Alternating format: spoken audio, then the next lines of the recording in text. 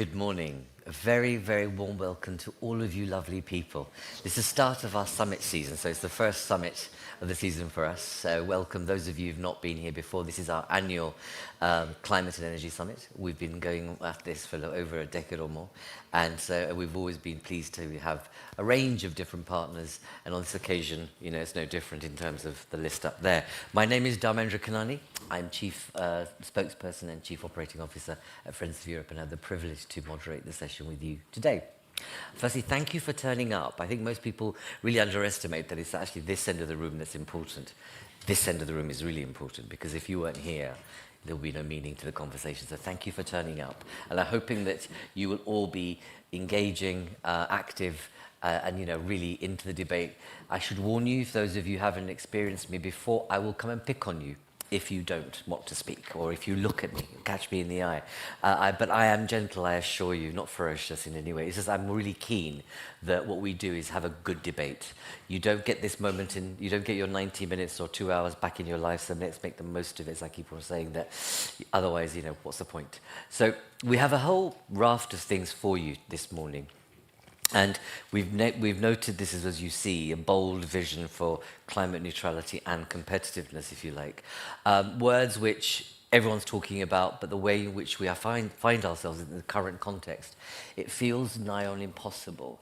We know that most of the targets that have been set in this past decade have been missed. This is the 10th anniversary of that bold moment where the world felt that they'd solved climate change and responded to it, and yet what's happened ever since, you know this better than I, it's been constant negotiation, constant backsliding, and since 20th of January, the whole question of climate change is being posed by the world's most powerful leader from the West. And actually, most recently, two of his envoys said, Europe's making too much of it, and don't worry, it'll all be okay. Wise words, one might say. But those of you who are more and better informed and less selfish will know that our temperatures continue to rise beyond our expectations. Those communities that live in the most harshest environments and social housing suffer the most, because most of our housing isn't really built to last or built to deal with the kind of changes that are happening in terms of the extremities of weather. And we also know that the way in which the world is working in terms of moving towards a less fossil-fueled environment is being questioned every day. And isn't it interesting that we have a parliament that has quite a vibrant right-wing faction that's calling into question all that we do, and now you're seeing alliances that you never imagined between EPP and the right.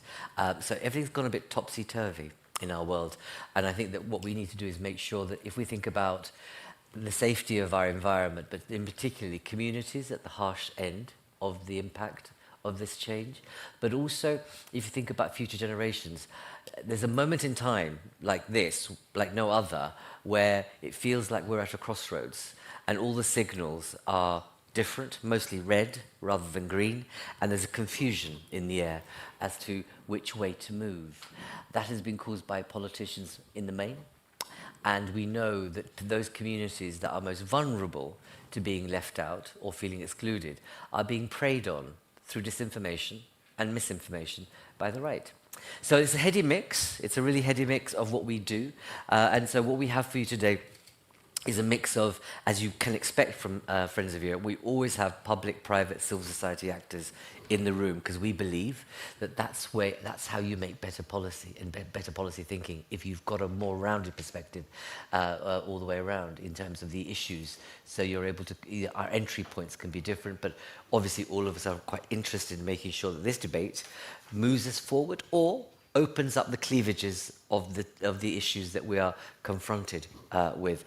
Before I go further, I want to welcome our live stream audience. We have quite a few people logged in, so thank you very much. I'm not sure where to look, but we welcome you, and you will have an opportunity to engage with us via Slido as well. And to those of you in the audience, as I say, if they want to, say something or raise your hand, ask a question, the usual thing, raise your hand. And as I said, I will come out and pick you if not. Before we move ahead, we're expecting to have Commissioner Jorgensson with us, but what we have is a short video clip of a couple of questions he's answered in response to issues that we'd raised with him. So we're just going to play the video now. Good morning, Commissioner Jorgensson, and thanks for being here at the Climate and Energy Summit organized by Friends of Europe. We have a couple of questions for you today, and let me start by the first one. So we would like to know from you, what is necessary to build a proper energy union, and how can such a commitment be financed?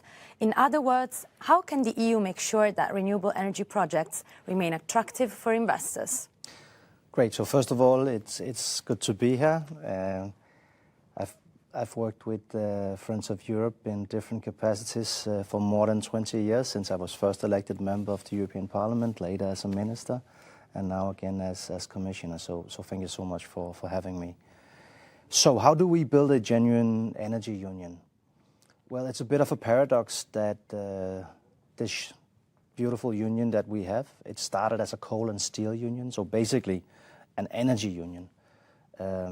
But in many ways, we haven't really managed to develop this union and make it as close and well-functioning as we have on so many other issues. So we have an internal market that works better if you sell tomatoes or toothpaste than if you sell energy. On the other hand, we have come a far way. And that is also something that, of course, means that we don't start from scratch. We are very well connected. ASA has estimated that we pay around 35 billion euros less for our energy every year because of this interconnection, meaning that had we been 27 countries, separate energy systems, instead of collaborating as we do, we would have paid up to 35 billion euros more for our energy. So the first answer I will give to your question is that we need to be more connected. This is both physical infrastructure, but it's also regulatory infrastructure, so to speak. And this is, of course, my responsibility as a commissioner to make sure that we then have the right arrangements, the right funding arrangements, but also the rules that govern this in a pragmatic but also ambitious way. Now, I will say it's extremely important that we, in this turbulent time, remind each other that many of the solutions that we need to solve the big challenges that we face are actually overlapping. They are the same. So we are in a security crisis, obviously. We have war on our continent, and our security of supply is threatened by this. We want to get rid of Russian oil. That's one thing. That's one challenge. We have a competitiveness challenge. We pay way too much for our energy. The high prices, by the way, also, of course, affects negatively our population. And finally, of course, the climate crisis. I really cannot underestimate enough. Sorry, it really cannot be underestimated how serious of a crisis this is. And I cannot underline enough how much we need to stay focused on this challenge. And the things that we need to do to solve these three crises are the same. More renewables, fast. More energy efficiency, fast. And that's really at the core of everything we do in the Commission. Thank you very much. And you've talked about security of supply, decarbonisation and competitiveness. And this brings me to my second question for you. How will the Commission address the remaining barriers and support the competitiveness of the European clean tech industry? So there are quite a few barriers, and we need to tackle them all. There's not one silver bullet, one thing that we can do that will make everything good, but there are many things that we need to do and that we are doing. Let me give some examples. We need to be better connected. To use an analogy, the situation that we're in right now, let's imagine the energy system was the road system. And then the analogy would be that if we need 200 roads to be connected in Europe, we only have 100, and we only allow cars to drive on 50 of them. That's basically how it is in our energy system, that we need probably around a doubling of our grids, but we also need to utilize the grids that we already have better. This means more AI, digitalization, it means more storage, but it obviously also means more physical infrastructure. Therefore, I'm very happy that we've proposed in the next MFF to allocate 5 times more money for CEF Energy than we did in the previous period. And already in the previous period, of course, CEF has been a huge success helping connect countries. And the President, von der Leyen, she stated it very clearly in her State of the Union recently, that she intends to lead in this aspect also, so that we become better connected. So that's definitely one big challenge that we are dealing with. Second one is permitting. It simply takes too long to expand our production of renewables. It's going fast in the right direction, I have to say. 78 gigawatts of new renewables deployed last year. This year it's going to be closer to 89, and next year probably even more. So don't get me wrong, it's going in the right direction fast, and this brings down prices every year. It fights climate change because it brings down our emissions and it makes us more independent. So all of this is good. But again, it's not fast enough. And the permitting rules that we have in Europe are slowing down the processes. So in my opinion, instead of a time frame of 5, maybe sometimes 10 years that it can take to get a permission to make, say, an offshore wind farm, it should be much, much faster. I would like it to be no more than 6 months, maybe a couple of years in very complicated instances, but in general, very, very short permitting times. So these are some of the big hurdles that we are dealing with. Thank you very much. You've given us a lot of food for thought for the debate that will follow. But now it's actually your time, Commissioner, to ask a question to our audience. And what would that be? Okay, so I guess I would like you to discuss what can we do in the short term? Because when I'm talking about a massive grid expansion, when I'm talking about more offshore wind, many of these things are things that we need to act on now, but we also still know that it will take some years before it will actually then have an effect, bringing down the bills, making us more independent, bringing down the emissions. So what are the actual tools that we can use now in the short term to make these transitions move faster? Thank you very much. Thank you. So there you've got the exam question. Sure. You know, what are the tools that you'd use in the short term? I wonder. But I do, you know, I think it's great. I love the ambition and the frankness. But frankly, when you look at what the discussions that happen at the council, these are the same people that are blocking the ability to become an energy union. The same people that are not prepared to give up subsidiarity and create a grid that works.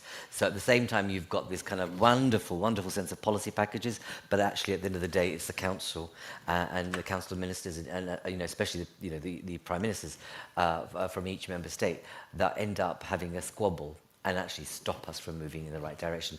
Anyway, on that note, can I ask our lovely speakers to take your seats? Your names are on the chairs.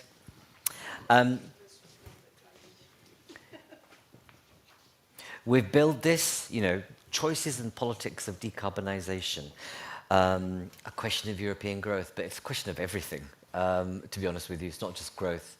It's about how do we sustain communities, how do we keep ourselves sane and able to live in a place, work in a place, and learn in an effective way, because all of it's connected to decarbonisation.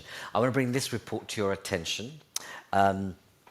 We recommend this as your essential reading. It's our 10 policy choices for a renewed social contract. And what we tried to do with this report was to assemble, through lots of experts and others, what would be the ideas for the new mandate, for this current mandate.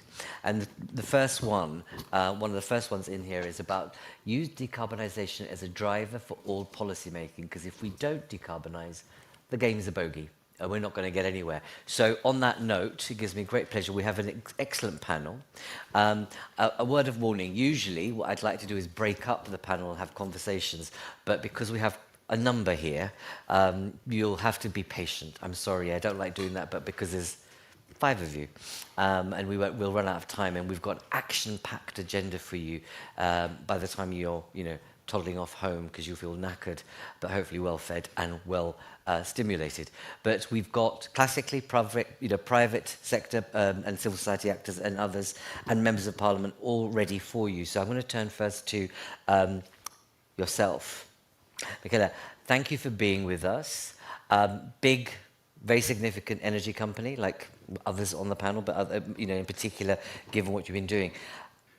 Can you say, obviously you don't have to answer the Commissioner's question in this particular sense, but what would be the role that you have as a company to accelerate and improve green tech, and I suppose related to that, the question of citizen trust, because at the moment, people don't know what to believe and what they should actually follow.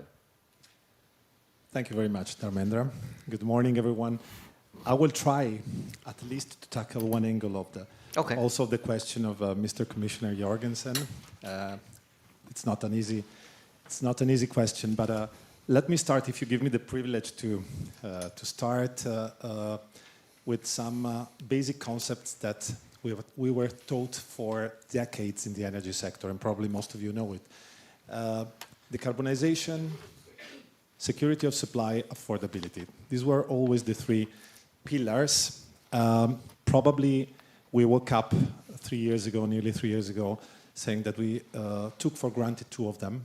We made a lot of effort for the first, for decarbonization, which still has to be our lighthouse, but not so much for the other 2. And we are now basically, and we all know, trying to cope with the situation, not having huge volumes of cheap Russian gas. It's actually impacting all over our economy. I come from a country, Italy, in which the wholesale price, because the electricity is made mainly by gas, it's double the price, for example, of Spain. It's 100 euro per megawatt hour, and it's causing huge problems for competitiveness. So big questions around. Shall we pass from a dependence on fossil fuel to a dependence on, for example, clean tech equipment? Dharmendra was asking me about the green tech. We all know that PV and wind are the major driver of this transition. These are the only homemade sources that we have in Europe. Very little gas, very little oil. And these are the cheapest. And we all know that. Okay. And we have been investing a lot. My company, 43 billion in renewables and grids together in 25, 6, and 7, so in 3 years. Other companies, for sure, like ENGIE, also huge investment programs. We are all, I think, committed for this particular purpose. Now, what is going on right now is that we see a slowdown in, let's say, the kind of predictability that we can have on investments, both on renewables, a little bit less on grids since they are more regulated. But at the same time, we see a lot of interest, for example, from big investors that are trying to diversify their portfolios from the US. They see some risks over there, of course, asking us in Europe, for example, if they can invest. All of this needs it's a very old concept, but a very stable and predictable environment. If we start balkanizing, I use this term, all our regulatory national environments, this is going to cause a big mess. We saw it during the crisis, partially was recovered. So definitely try to convince our member states. We are trying to do with our the governments with whom we work, to stick to the energy union, to stick to the various different phases of the integration of the single market in the energy sector. Commissioner Jorgensson mentioned it. I will tackle just one one thing on the clean tech. We talked about wind, solar. Wind is still with a very high market share produced in Europe, with challenges, of course. So competition also there from Asia is coming as an avalanche, in our opinion, with very high performance and actually cost or prices that are reducing, but still with a very big market share. For solar, is 95% of all the solar panels that we install in Europe are coming from one single country, great country, of course, that made huge investments throughout the years. Now, the question is, shall we say that it's fine, that it's okay, and that we cannot produce anymore or manufacture any more solar? It's a matter of competitiveness. If you say we don't have any chance to compete over there on prices, we have lost too many years, that can be an answer. There is another factual answer, which is saying that also in solar there is innovation. There are prototypes panels that produce 30% more than the average panel, and they are done in Europe. And they are done here, but they don't have yet the scale to compete. So my answer on that, on the clean tech part, is that you need to incubate and help those kind of initiatives. We have Horizon, we have the Innovation Fund, we have many initiatives in Europe, of course. And you don't need only money. You can have things like non-price criteria in auction that already have been introduced. If wisely implemented with sustainability and innovation criteria, on which mostly in Europe we have a competitive advantage, this can be a very big help also to reshore at least part of that manufacturing capacity. To be able to have at least certain percentage of homemade solar panels, wind turbines, and batteries, and so on and so forth. These are not lost battles. There is a lot to do if we stick to, especially to innovation and to our competitive advantage over there. One last point on trust, basically, is on what you were saying. We see basically people. I think we all have families, friends, not only in the energy sector. I've been asked many times about prices, about affordability. Less and less about climate and decarbonization. It seems really that in the mind of the people, it's actually going downwards, reducing the attention. I think that there is a key, which is the pockets and the wallets of everyone. It's saying when we talk about energy bills, we know that there is a huge potential, for example, in Europe. And in some countries, it's starting to work on flexibility tools like demand response. There are certain countries in which you are said, if you do the washing machines on a Sunday from 12 to 4 p.m., it's going to cost you $0.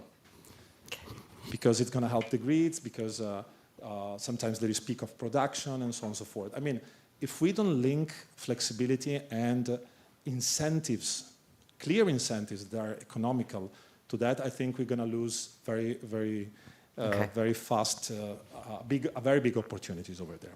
So through the bills, of course, values and principles are always important, but I think that we have to give a very important signals, and Europe can do a lot in especially fostering, developing those best cases that are around Europe. That was just a No, thank you. Because I'm kind of conscious that I want to make sure there's enough space for the debate with people in the audience, but also amongst you. The question I want you to think about, not right now, but is that the things that you've spoken about, who takes the lead, who creates the conditions for that to happen? And so I think that it'll be important to know, when we can all deconstruct the problem, but who takes the lead to making sure we can try solving it. I'm going to go to another company, a large company. Nicola, good to have you with us again. You heard what the Commissioner said, and my kind of question to you is framed slightly in the sense of what kind of regulatory reform do we need? I mean, most people say, duh, because we know what needs to happen, but it's not happening. But from your perspective, how can what is it you require which will then have a knock-on effect on affordability? Thank you. Thanks for the question. Pleasure to be here. First, I'd love to remind how good it is to have that title for this gathering, to have this bold vision. I think it's really important to reiterate the bold vision of Europe. At NG, we are very much committed to the energy transition, to being a champion of the energy transition. And in these turbulent times where you're right, maybe some people forget or it becomes less of a priority, it's very important for us to keep that North Star in sight, keeping those three pillars that you mentioned. Maybe just as a very, very brief reminder, we bring all of our knowledge of the energy industry into our own kind of crystal ball, really an industrial crystal ball. And we have these scenarios, long-term scenarios, which we very strongly believe in, and they are comforting because we believe that the energy transition and the objectives of Europe are achievable, and that they're achievable at a cost which will not break the bank. But for that to happen, I think you do need to have the regulations in place to continue to help the industrials like ourselves to invest in all of these critical areas. So I'll highlight a few areas to answer your questions of critical reforms and regulations that we think we need. One of them was mentioned by the commissioner just now. As you saw me, I was crossing my fingers that he would say a time frame sub a year for the permitting question, and that is something which is critical. I take part in our investment committees, whether it be for renewables, whether it be for infrastructures, whether it be for flexibility or other means, and the question by our developers of permitting always comes up, and it is a real challenge. Sometimes I wish that the members of parliament could spend a day in the life of an energy developer to really get a sense of these challenges. I think it'd be really interesting, but that certainly is a challenge. Andrea, that's a job for you, right? So later on, we'll just an invitation. Yes. It's an invitation. For you to make it happen. But I think it'd be really, really interesting because it is a challenge, not only in terms of the time and all the hoops that you need to get over, but also how different it is in all the different jurisdictions, different countries. So it's really a real challenge to take on, and it's something that we strongly believe can be addressed. The second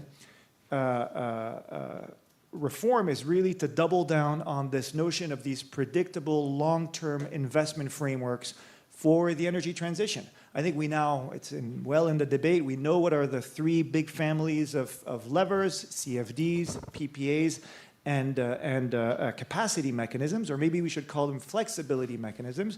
But we need to continue the work to make these longer term, to make these more accessible to different types of companies, not just the big, large companies which have the sophisticated large balance sheet and so on, but also for SMEs. And I know we've got people around this table who are experts in that sense. So make it more accessible and make them also more flexible to the extent that they cover more technologies. Right now, I think we're quite good with these levers for renewables, but we need to think differently for flexibility, where we need them to cover batteries, demand-side response, which is critical to the affordability equation. So really continue the work on these mechanisms. And the third element is really on the notion of planning. Not only does planning need to go faster, but planning needs to be really more cross-energy vectors. Too much of the planning is done by the electricity sector for electricity, the gas sector for gas, but really the big sources of efficiency and cost reductions are by the arbitrage between these different levers. So a more cross-energy planning process, I think, would be quite useful, and we could get significant savings. Great. I'll stop there, but I've got. Please, thank you very much. My question is going to be the same to you. I want to come back to all of you. Is about who does this? Because some of the things that both of you said, for too long, you've known this. Both of you, it's not new, and it's that does this context now demand a different kind of response and energy, and can we draw from it? But we'll come back to that in a moment. I'm going to go to Sandra now. Thank you for joining us. You come from a particular background, but you're involved, and I mean that in a nice way. She's done lots of different things. That's what I mean, public sector, etc. And now you're in the space where SMEs are your thing, and most of you know that small to medium enterprises are the bulwark of any economy. They are key, but often overlooked in terms of their diversity, capabilities, and having the correct conditions to thrive. And on this agenda, we need SMEs to actually have the right circumstances to decarbonize. So can you say a little bit about what you do, you know, the decarbonisation of an SME, but also how do you mobilize the finance if finance is an issue? Thank you for inviting me to talk about SMEs. I spent a lot of years in some companies around the table, and at one moment I thought if we want to succeed in the transition, we need to embark SMEs. So that was the starting point of our fund, Argos Climate Action. We decarbonize SMEs, and we are doing that not for SMEs of enablers SMEs, but for SMEs of all the sectors, because we think if we decarbonize them, we bring competitiveness. So decarbonization is business. I think that's probably my motto there. First, I would like to start with a positive note. For 3 years now, we are doing a study with BCG to try to understand what is the mood of the SMEs in Europe around decarbonization. We interrogate 700 of CEOs of SMEs. And I just want to give you 3 numbers. The first number is 90%. 90% of the CEOs think decarbonization is important for them. And that increase of 6 points since 2 years ago. More interesting, I think, 84% of them think this is a positive thing for them, and it's an opportunity. And that rise of 17% in 3 years. And after we asked them, did you do something around it? Do you have a decarb plan? They were 3 years ago 11%, 33% this year. So the title we give to for this year, it's despite the noise, there is a momentum for decarbonization in SMEs. And I would like to focus a little bit on what does it mean to decarbonize an SMEs, because we can talk a lot about regulation, etc. But concretely, what does it mean? When you are an SMEs and you want to decarbonize, of course, the first thing you want to do is to work on energy. It's a scope 2. And there you need to have green energy, so that's all the debate we have around the table. But you need to have access to this green energy. And the question of the green PPAs for SMEs, I think it's really an important question, and that was tackled by the Commission a few weeks ago. But those green energy must be affordable, and the question of the energy price is absolutely crucial for them because it's direct impact on EBITDA. The second thing is you work on energy efficiency. The best energy for an SME is an energy you don't consume. That's simple. And when you work on energy saving, you take all your industrial processes and you're trying to find a way to decrease your consumption in energy. And there was a study made by McKinsey a few years ago saying, just in doing that, just in working on your industrial process, you can save 30% of your energy. So that's not something you have to neglect it. And I really applaud the initiative taken by EIB and EIF of the 17 billion put on energy efficiency they announced a few weeks ago. The third thing you are doing, you invest. If you have to change a boiler in your company, it can be 1-2 years of your EBITDA to do it. So investment can be huge to decarbonize. To do that, I must say, it's not really a question of money, because you have a lot of banks offering you loans to do it, but you need to provide guarantees. And that's another aspect we need to tackle.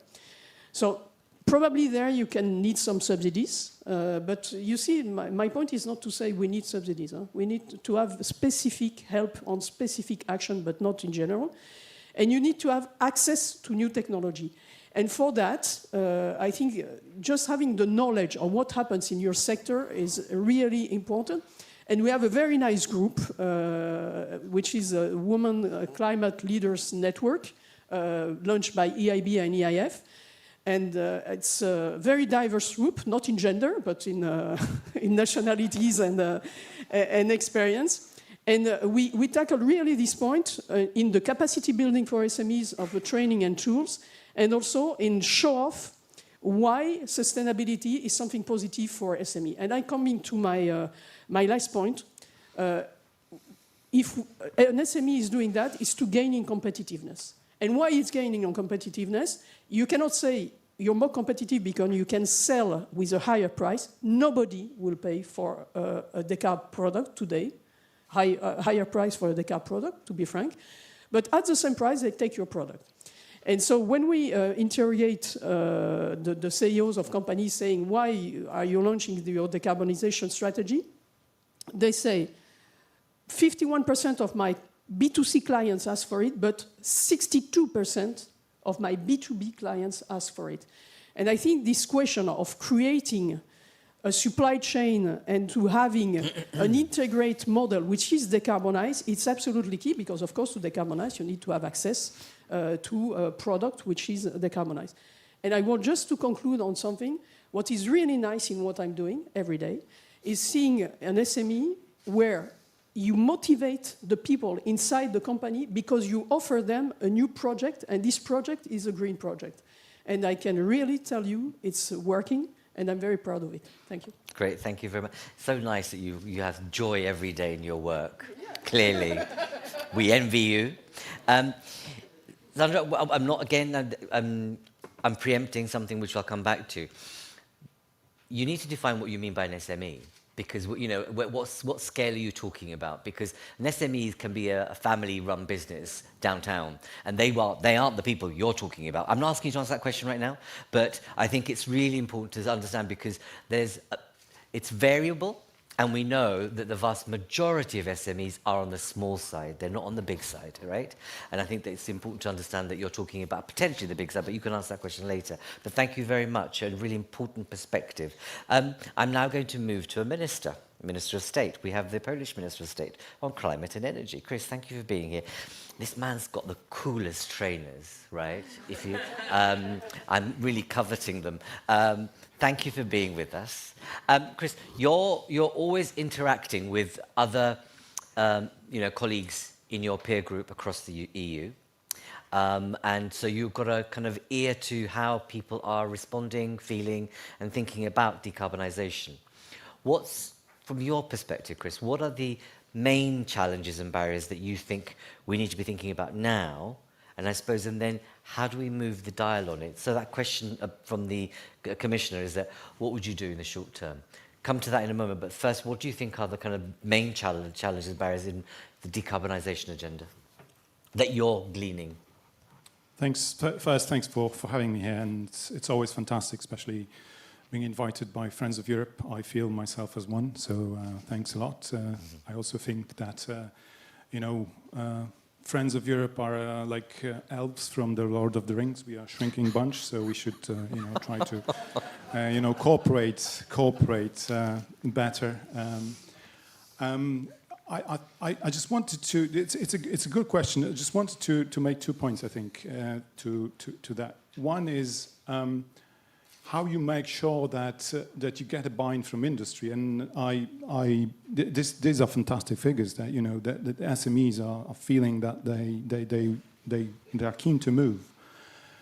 I think we also need the big industries to move, and for them we need to have a better strategy in Europe, because for years and years we were making climate policy. And I agree with Michele, ignoring industrial policy. We delegated where the technologies are coming from. It's like, okay, let's try to give up imported oil and gas, but we fine with no matter what the green tech comes from. We're not interested. We are an open economy, open trade. Everyone is happy. Let's hold hands. And it didn't work. Really didn't work. And if we don't change tack, it will not work. Because I think we should actually take more examples from China. Green tech and innovation needs a lot of money. And if you open all these decisions to the market, some technologies will win, but there's no level playing field globally. So technologies from countries who are helping their industries will win. So we need two things in Europe. One, we need to really make up our mind what technologies we want and make sure that they will get manufactured in Europe. So for starters, take NZIA, Net Zero Industry Act. It's a very good start, but I've been around in Brussels long enough to say that if you prepare a list and you start from 5, you end up with 127. Priorities. Is this workable? No, really. So we should really have a strong, long look at our priorities and really come down to a list where a lot of money will go to, and these will become European priority technology areas. Only this way we're going to make progress. Otherwise, if we leave everything to the market, and, it's not going to work. We'll end up with relying on imported tech.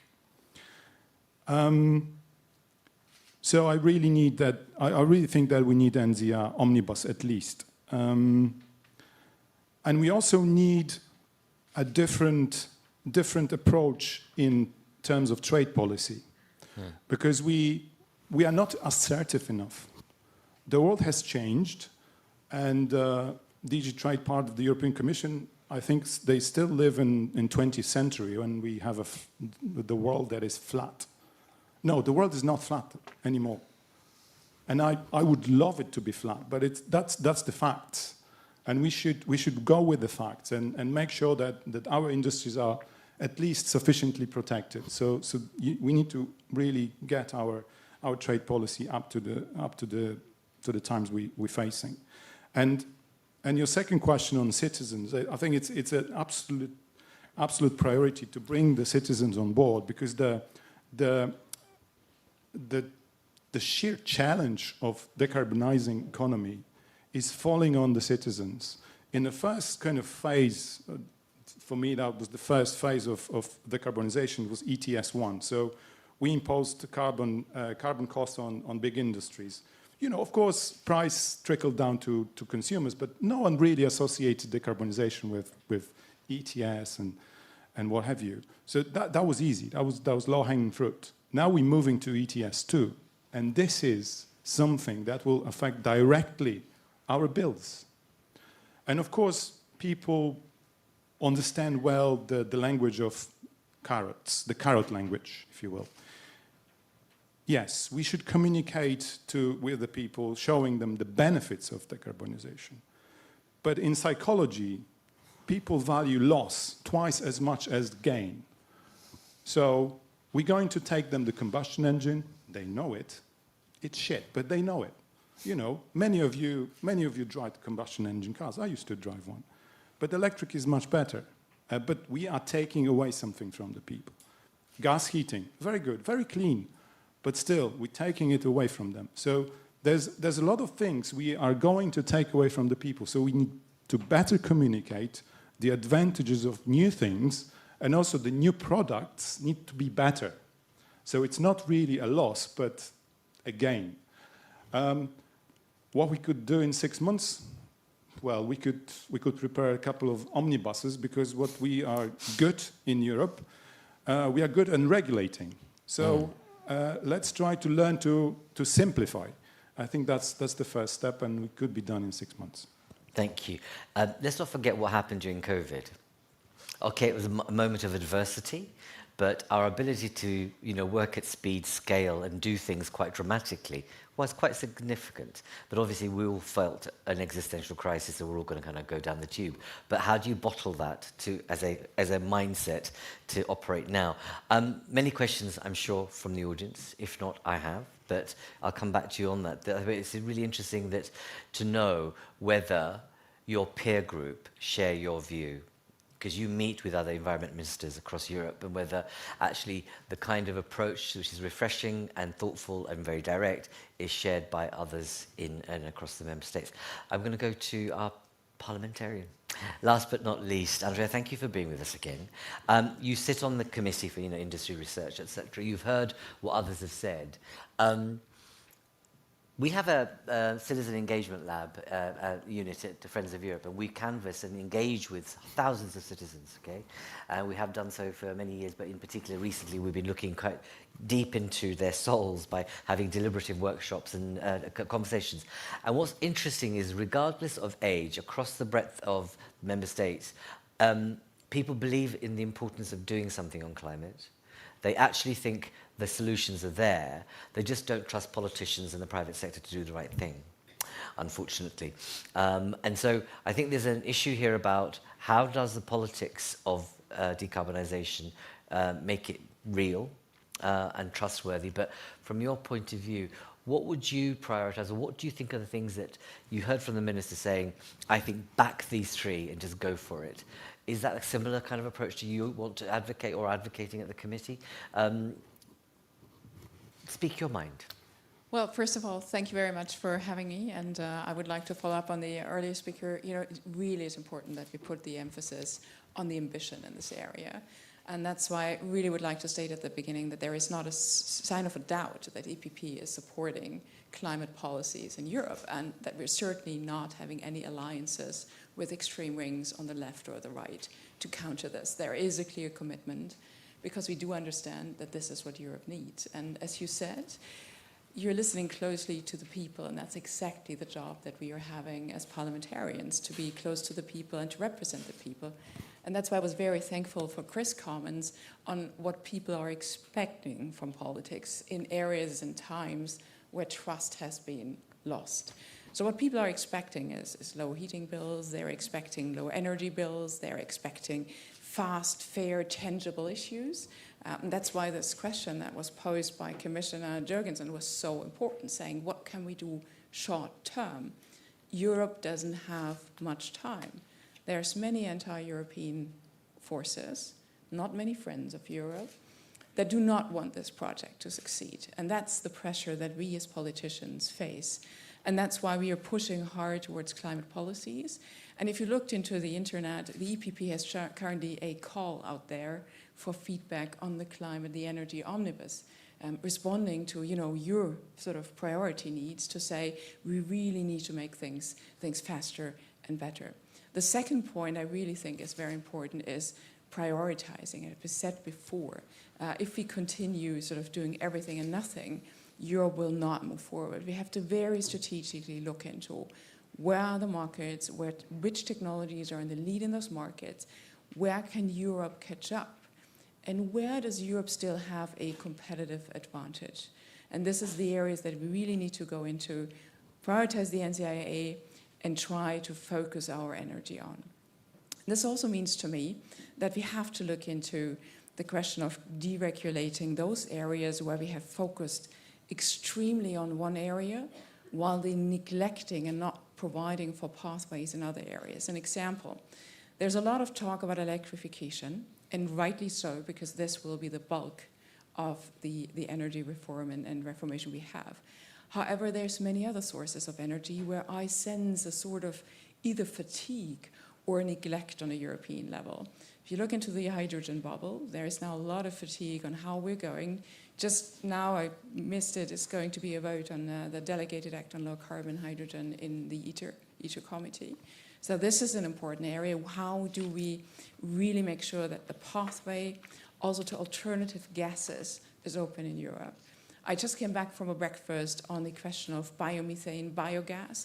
There's huge potential in Europe that we're not tapping into, where we did over-regulation. So let's work in sort of technology-neutral avenues and tap into areas that either are neglected or we sense a sort of fatigue. And then there is one more thing that we as parliamentarians always do.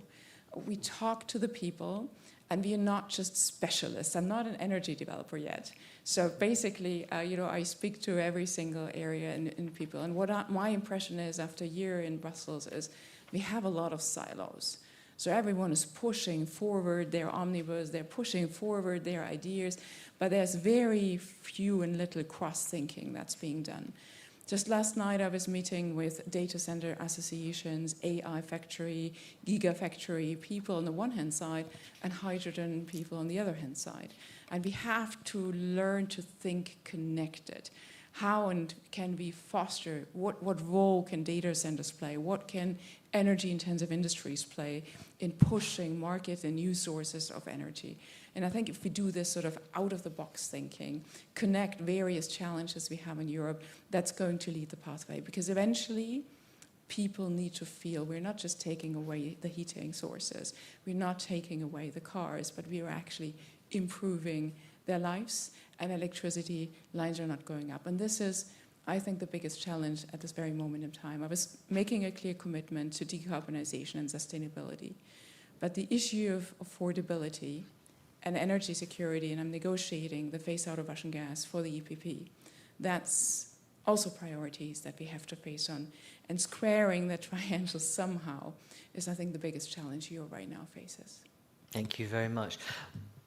One of the difficulties we have, of the many, is that some member states continue to purchase Russian oil through various means. And when you mentioned earlier, Michaela, Germany brings in lots and lots of solar panels made in China, but copper plates them as German.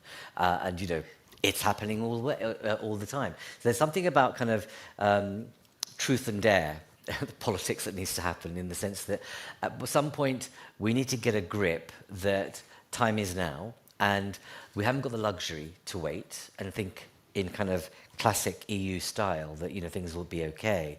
Do you feel that forget the EPP, but is there a political mood for this kind of what we require is a transformative approach to decision making and agility of investment? Well, I think we are moving.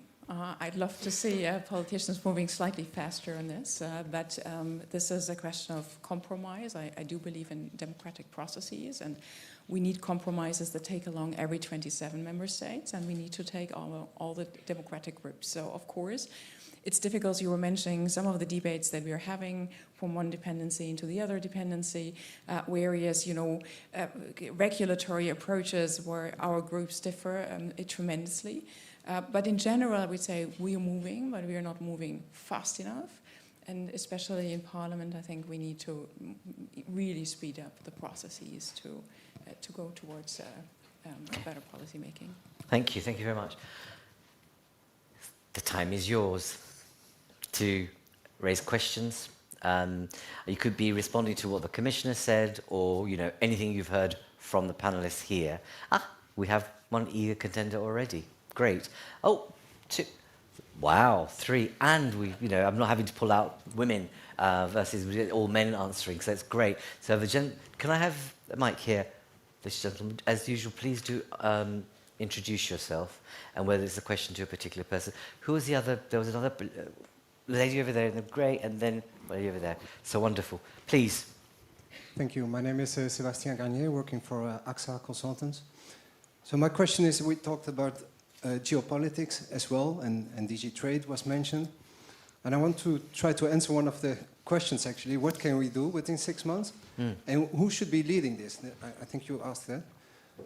Well, I think what we should not do, actually, is send our leaders to make a deal with, a climate-sponsored leader on his golf course and say, look, we're going to import $750 billion of fossil fuels in the coming 3 years, I think. So that's a little bit my provocative question.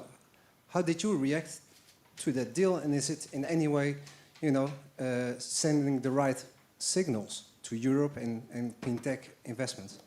Thank you. Okay, great. Thank you very much. Lady, you had a hand up there.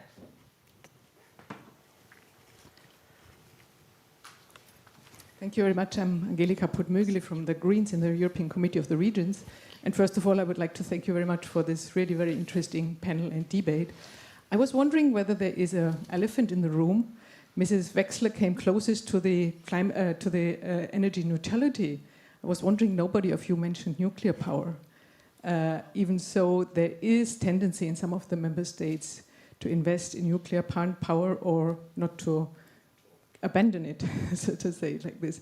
So I was wondering also in particular from the energy companies, NG, For example, what is your position on nuclear power? Thank you very much. Before you give the mic up, what's your position on nuclear power? The Greens are against it, as you know. And in particular, as a German... There's nothing taken for granted in the world that we're living in. Let's face it, but shall we? But there are countries you know. who have decided to abandon nuclear power. Germany is not the only one. There's Austria, there's Denmark. So there are good examples and good reasons not to invest in nuclear power. Thank you very much. Great, thank you. And thank Hi. you. Again, introduce yourself, please. Hi, Ingrid Holmes, Deputy CEO of the Green Finance Institute. I wanted to thank Minister Balassa for the really thoughtful remarks around needing to decide which technologies Europe is going to focus on. There's a huge amount of really good work going on the clean tech industrial scale-up strategy, but our sense is it very much needs to be linked to delivering key industrial priorities. So, and I just wanted to share a really interesting article that was in Bloomberg Green around European VC investors going over to China to try to identify where Europe still has a chance of leading on the clean tech revolution. So with that in mind, on your point about Europe needs to decide which technologies, which sectors to focus on, who and how should make a decision on that? If you're with the Green Finance Institute, right? What would be your top priority for finance? If you were pushed against the wall to say, what's that one thing you would do? What would it be? Well, we're working on a number of clean tech sectors, so SAF, carbon dioxide removals, and some of the clean energy technologies. So we'd pick those simply because those are the areas we're working on. But I think it's about what's the pan-European priority here. Sure. And I think the big gap we see is not just in supporting innovators, but getting to that all-important first commercial plant and how we get private sector, particularly debt financing. And that's all going to be around off-take contracts, mandates, demand, as well as the supply of capital on these large projects. Are you for, I mean, that I'm almost asking you the question with the answer, but there's, and no wonder citizens don't trust, is that some of the solutions could take years to do, right? And, you know, when we talk about nuclear, well, I won't go there, but, you know, it's not going to solve the problem in the next 10 years because it takes about 10 years to build a new nuclear plant. But, in your view, is there a kind of a business case for thinking about how we accelerate the actual construction of solutions? Well, absolutely. My colleague here, Alexis from the Women Climate Leaders Network, has a green cement plant ready to go now that could be built in, what was it, Alexis, 3 years? I like that. Looking at US or Europe, depending on whether the final piece in the capital stack can be found. So I think it is. So I'll give you the platform in a moment or two, actually. But there you go. But I genuinely want my question answered if we can, will do that. Which is how? How do we make the decisions on prioritisation? Because it's political. And your question will be answered. I'm not sure how well it will be answered or how people direct it. But as I said to you in the beginning, you people are important as here. So it's a collective intelligence approach, and that's what we do. But I'm going to go straight down the line. And you want to say nuclear, yes or no? So at NG, I think our strategy is pretty clear. We have very strong nuclear commitments in Belgium, in particular, which we're going to continue to work on. But it is not part of NG's strategy to develop new nuclear in the future. Somebody shared a statistic which was puzzling, but it's actually an interesting way to think about it. From the moment the decision about nuclear plant is taken to the end of the decommissioning, it's a century. A private company like NG cannot take that. It's a government job to some extent. And so we decided that it is not our role to be in that sector. We certainly support the development of nuclear by EDF and others. It's integrated in our scenarios, but it's not for us. And in fact, when you look at at least from our perspective, the most cost-effective decarbonization pathway for Europe, there's still 85% of renewables at the end of that. So I think the dominant cost-effective solution, I think, remains renewables. That's our perspective. Some might disagree. Well, you'll all get a chance. I want all of you to answer, but the competence to decide upon whether nuclear or not is upon the member states. So what Europe can do is especially think about, how open do we design regulation to allow for nuclears. My position on this is clear. We see a lot of member states getting back to nuclear. Poland, Italy, there's sort of a renaissance of nuclear. it's a great technology to decarbonize, and so we have to make sure on a European level that we do not stop or hinder or provide any obstacles for member states who want to go down that decarbonization path. I think the facts are quite striking. We're not going to decarbonize our economies with just renewables. We will also need other technologies that sometimes may feel unpopular in certain circles. Nuclear, CCS, even hydrogen. So for me, we don't need this fight in the family. You know, the target is clear. Decarbonization and climate neutrality in 2050.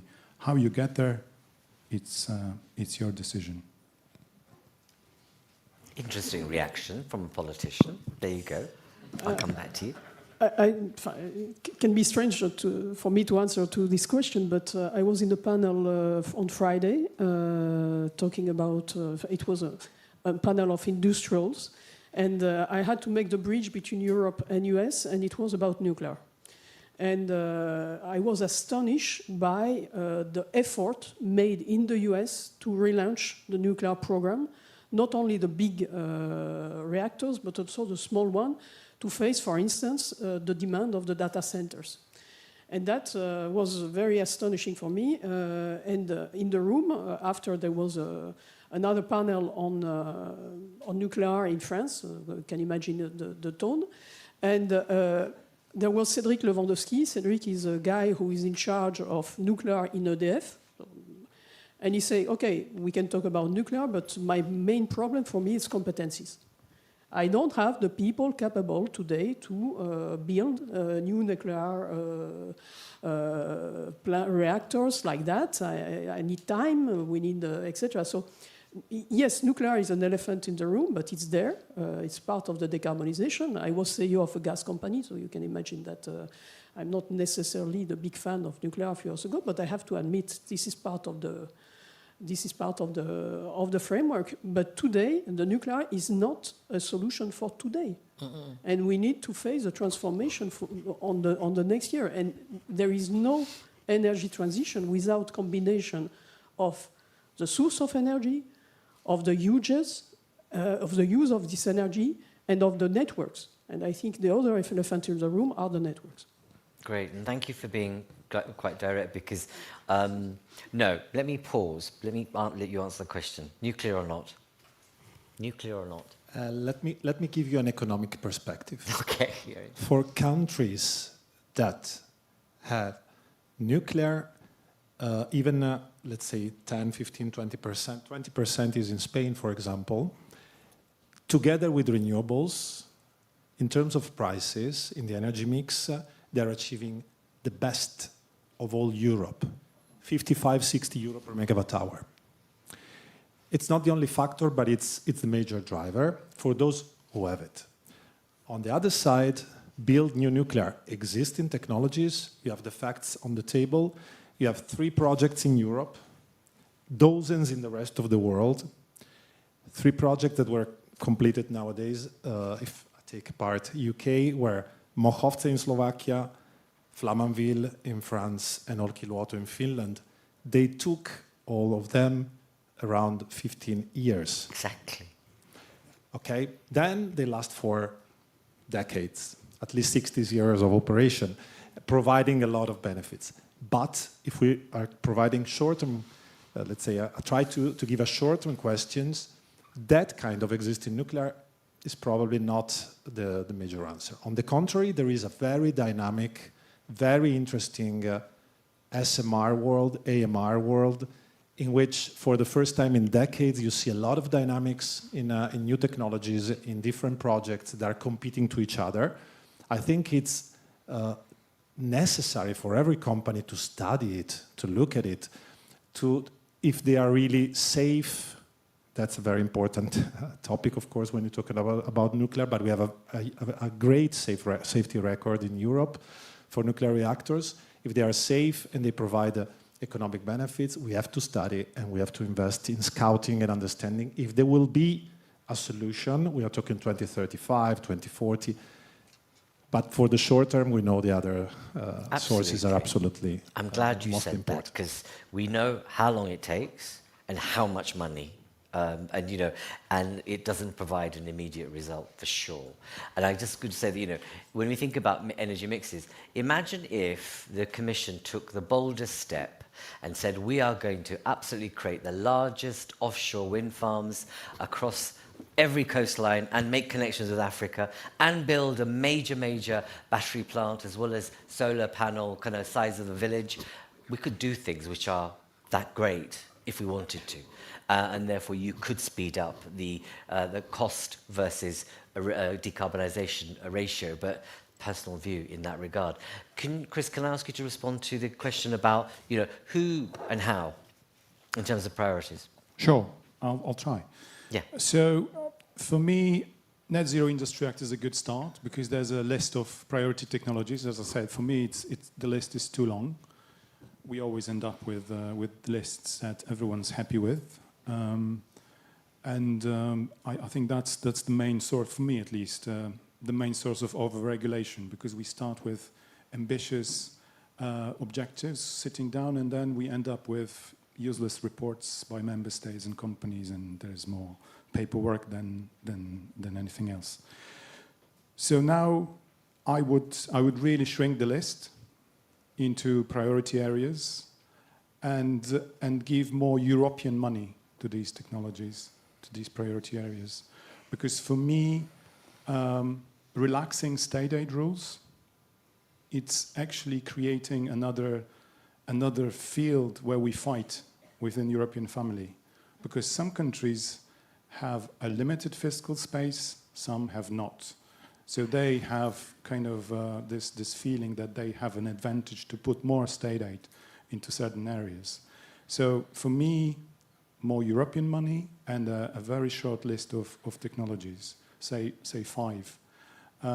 Because we are losing a chase against, say China. They have a very short list of areas they will progress with. They dump a ton of money on these areas, and you're never going to win this race when the playing field is tilted in such a way. Great, thank you very much. Going back to, did we answer your question? Could you just repeat what is your very specifically? You spoke about the kind of the golfing. Sorry. Is that the 700 billion US Europe? Do you want to answer that, our politician? Yeah, I'm happy to answer. So your question was, should we be sending politicians to Scotland and strike deals on energy imports from the United States? And clearly, we're all not happy with the deal, but we are all clearly very aware of the fact that in terms of security, we're currently massively dependent on the United States. The United States is still our friend and partner and ally. And intertwining these positions, economics and on the other hand security, that's the best deal we could strike at this very moment in time. So I don't look back, I look forward and ask myself what Europe can do. And this is stick together, be friends of Europe, try to strengthen the European continent in terms of competitiveness, independence, energy security, look not only into energy imports, but how we can produce locally energy. And also look into the technologies we can push forward, the sectors that we can go into. And clearly, we again had hearings on EDIP yesterday, the industrial defense policies of the European Union, focus on how Europe can stand together to improve our own security for the people.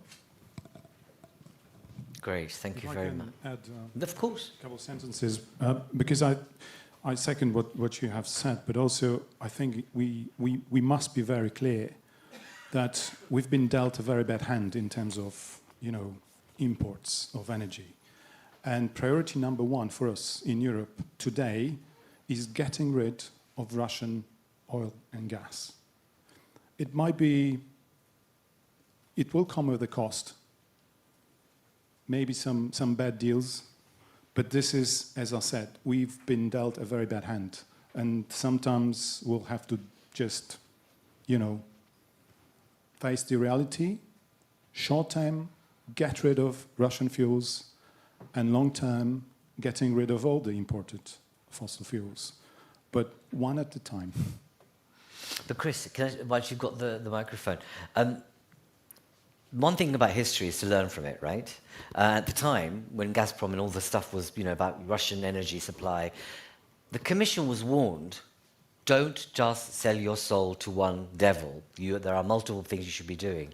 And here we are again, given the world that we live in, and saying, okay, we'll switch to the United States, which is another kind of devil at the moment, which you never imagined it to be. Isn't it important? My question to you is that what kind of approach do we take to ensure that we learn from that history in terms of supplies? And our own, this notion about made in Europe thing, which feels a bit faux, but let's see where it goes. Yeah, it's not. I'm not entirely, happy with how the history has unfolded. But Poland was always there, talking about making ourselves dependent on Russian fuels, because for Russia, it's not just a product. It comes with strings attached. Exactly. Always was, and we're not happy that we've been proven right. But I think history taught us a very important lesson. But I also think that the nature of imported liquefied natural gas is different, because we're not hooked to pipelines. We have a choice. Okay. It's much more flexible to switch a supplier when you import it, by ship. The whole system of being dependent on Russian pipelines was like digital. You either have gas or you have not. Now we have a choice. We can negotiate deals, short-term deals. There are many suppliers. The market will be very, very deep. So I don't feel that we have affinity to just one country. Okay.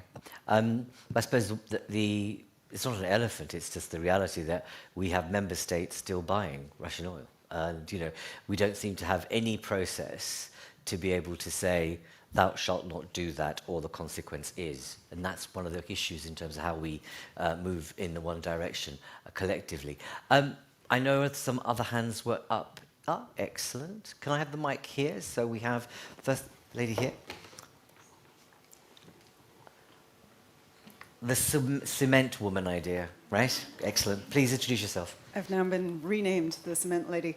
So my name is Alexa Sauce. I'm Managing Director for Sublime Systems here in Europe. It is a ultra-low carbon cement scale-up based out of Boston in the US and now on both continents. I'm more than happy to talk to anybody who wants to about cement and cement plants and the fact that we want to build them here.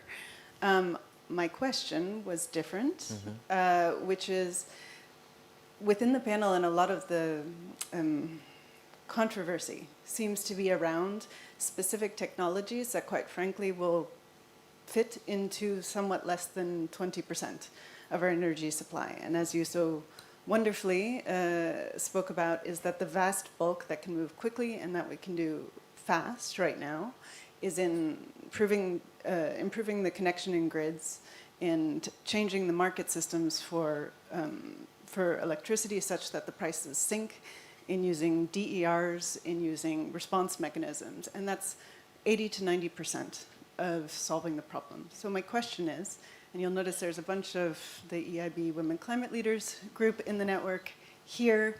We're often really outspoken. So out of 4 of us, we're already asking questions. My question is, why is it, or how is it that we can get off debating about and disagreeing about and delaying the conversation around trying to fix the last 10 to 20% of the problem, which quite frankly we can solve when we get there. But instead, every time that comes up, we revert and focus the question on what the 80% we can do now. I have a personal vested interest in this question. And the reason why is because Sublime Systems is the only electrochemical process that uses electricity and electrolyzers to make cement. It materially matters on whether or not we will build kilotons and megaton plants here based on electricity prices. But therefore, we need to stop talking about whether or not nuclear or hydrogen or these things do set 20%, of the problem and instead focus on the DERs, the grids, and so forth, the solar panels and wind that can move fast now.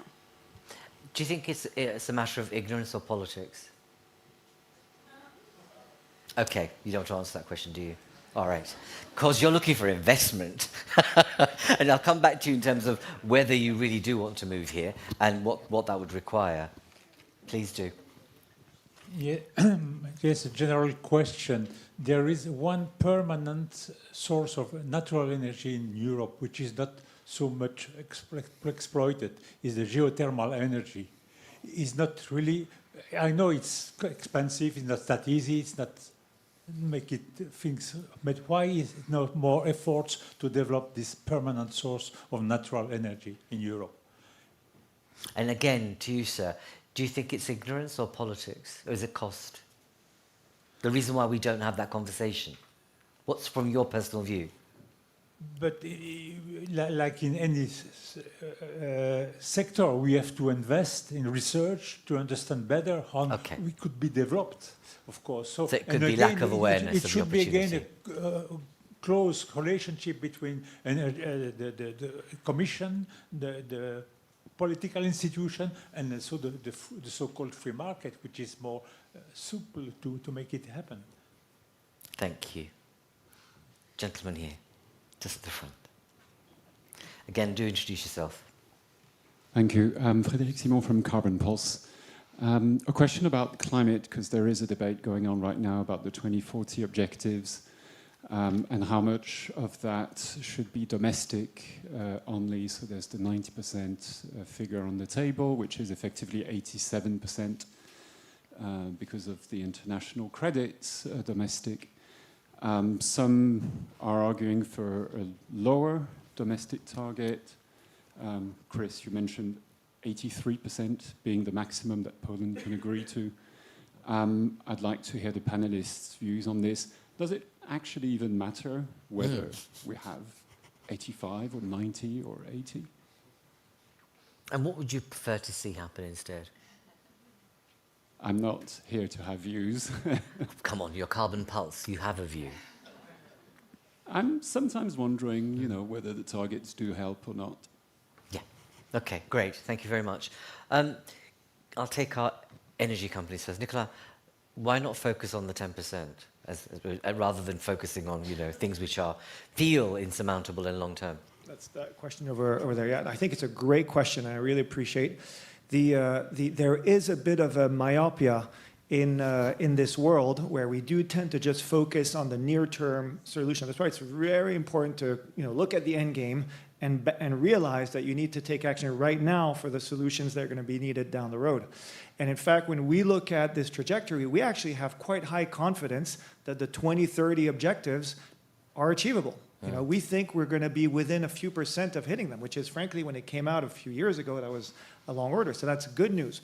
Our level of confidence of us hitting the 2050 targets is actually much less because there's so many investments which are in much less developed technologies. And right now we are focusing on the things we kind of know, and we're still debating what's the best solution for this and this. We should really indeed be focusing on these technologies which are needed for the harder to abate sectors such as cement, such as steel, and so on. And we're not quite focusing enough on that, because if we don't do these investments now, in order to help develop that next wave of technologies, I think we're going to have some challenges. And what level of R&D do you invest in these kind of things? Do you have, because you both companies have an R&D function, is your function looking at these kind of things? So we are looking at these kind of things. We're of course invested notably in hydrogen. We are looking at carbon capture and storage. But I think really we need a better framework and a bit more clarity from in terms of regulations for us to be able to really invest. I mean, everybody knows, and you highlighted it, some of the reality that stroke the hydrogen ecosystem, because everybody realized that, wow, this is actually much more complicated to develop at scale. We, for example, postpone our objectives, and we're seeing the challenges that's out there, and there just needs to be a lot more focus. Otherwise, we're going to be successful in the near term, but we're going to miss by quite a bit the 2050 target. And geothermal, is that the same issue for you? Is it because we need to do more R&D? Geothermal is an interesting case. We develop geothermal projects. We have a few real interesting case studies, but we still don't see the path to scale the same way that we have with wind and solar. So I think there it's really how do you industrialize and get to scale, but it's something that we're working on and we're hoping to make more progress. Michele, if I may, same question, the 10% and your view on geothermal. Yeah, I agree. Is a great question. I will maybe try to integrate just a few concepts. Electrification and decarbonization of industry is key because it brings efficiency and builds down, therefore, competitiveness. There are a lot of low-hanging fruits, which is low-temperature processes. Many of them, in many countries, are done by companies, by SMEs, without incentives, simply because there is already a business case when the cost of electricity is low. When it's higher in certain countries, they need incentives, either CapEx or OpEx or both, depending on the technology. Heat pumps, electric boilers, and so on and so forth. When you get to the last part, which is your sector, of course, it's much more difficult. That's why we call it hard to abate.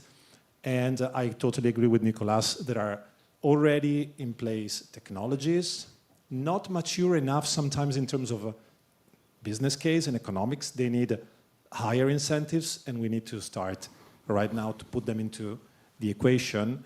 There is the Industrial Decarbonization Bank, which is tackling different temperatures, starting from the low-hanging fruits. Definitely, we are also advocating, even if we don't have an interest in saying, but we need a specific auction for very high temperatures, for sectors that are hard to abate, and so on and so forth. So definitely agreeing also with your point of view. Geothermal, I come from Italy, and the oldest geothermal plants in the world are in Tuscany, in Larderello, it's so called. And there's a long, nice history of, there's a great museum, if you want to go, and have also a nice glass of Chianti altogether, and also a beer which is made with geothermal energy, by the way. The problem of geothermal is that in that specific location, like in Iceland, like in certain locations in Indonesia and Latin America, there is high temperature steam at low depth. This makes the whole business case viable to make electricity, for example. To make only heat, it's different, but if you want to make electricity, you need that. How do you solve that? If you solve the drilling issue. Drilling is extremely expensive. There are actually startups that are very interesting, both in Europe and the US, that are tackling the problem of drilling, for example, with plasma, with different technologies. We are really looking into it because if we solve the drilling issue in terms of economics, geothermal can be a huge breakthrough, but we need to solve that before. And that's going to take time, which we may not have. Sandra, can I ask you, do you have a view on the kind of the 10%? I won't ask you about the geothermal. It's more about the, you can see SMEs could benefit quite significantly, no? Sure, of course. And today, it's very difficult to choose to answer the previous question. Today, we will have to use a lot of different technologies. And the solution would be in the capability to embrace and then to those technologies more than choose one only. But yes, there is a lot. Now, I just want to come back to one question about this is new technology. Hydrogen is not a new technology at all. At all. Huh? It's making green hydrogen is something quite simple. The question, but today it's very difficult when you're making a business case of transitioning your energy to take in account hydrogen because it's too far away. I just want to take one example. We buy a transportation company in Italy where electrification is not obvious because the energy mix in Italy is not totally decarbonized. So, and people came to us and say, oh, maybe hydrogen, you have to look. I say, no, my horizon of investment is 5-10 years. It's too far away from me. So I'm not going to invest in trucks, in hydrogen trucks today. So the question of the time to market of those technology, I think, is really important. And if I have to make a wish, it's really to come out of the ideological debate, because today we need all the kind of source of energy to provide affordable energy for the industry.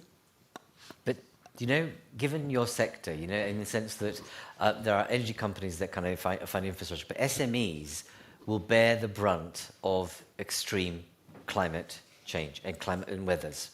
And they're the ones who are likely to bear the brunt, other than those people I referred to, which are communities in poor social housing.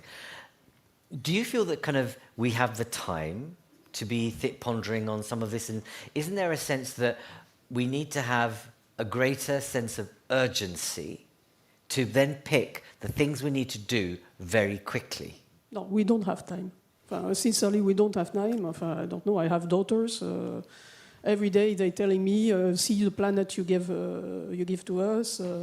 I don't want to have children, etc., etc. So I think we don't have time, and we need to move on. But to move on, what is very important is to have a clear signal from politics. And the debate we had a few months ago about omnibus, I think, put a lot of turmoil in the industry. Now I think it's better. We understand that there is. We continue the path. I don't know if you're going to correct me or not, but if Europe can continue to have a very clear objective and be consistent in this objective, I think this is more important because the company will adapt, and that's all. I'm going to ask our last, questions to our politicians. You don't have to comment on the 10%. It's more the sense of like, what's the point of a target, and is it really necessary? And you can go around the other issues, but that's the one I'd like you to think about. Is that because when we think about COP and all the targets that were set, it does feel a bit meaningless because they've not really achieved much. Well, first of all, I think the 2050 target is rightly set, and we're all committed to that target. What we can also see is that Europe has gone a far way to reduce carbon dioxide. So Europe is being successful if you compare it to the 1990s targets, and great compliments go out to industries and citizens that have supported it. So let's not be too sad, but be proud of what Europe has achieved and take it from there.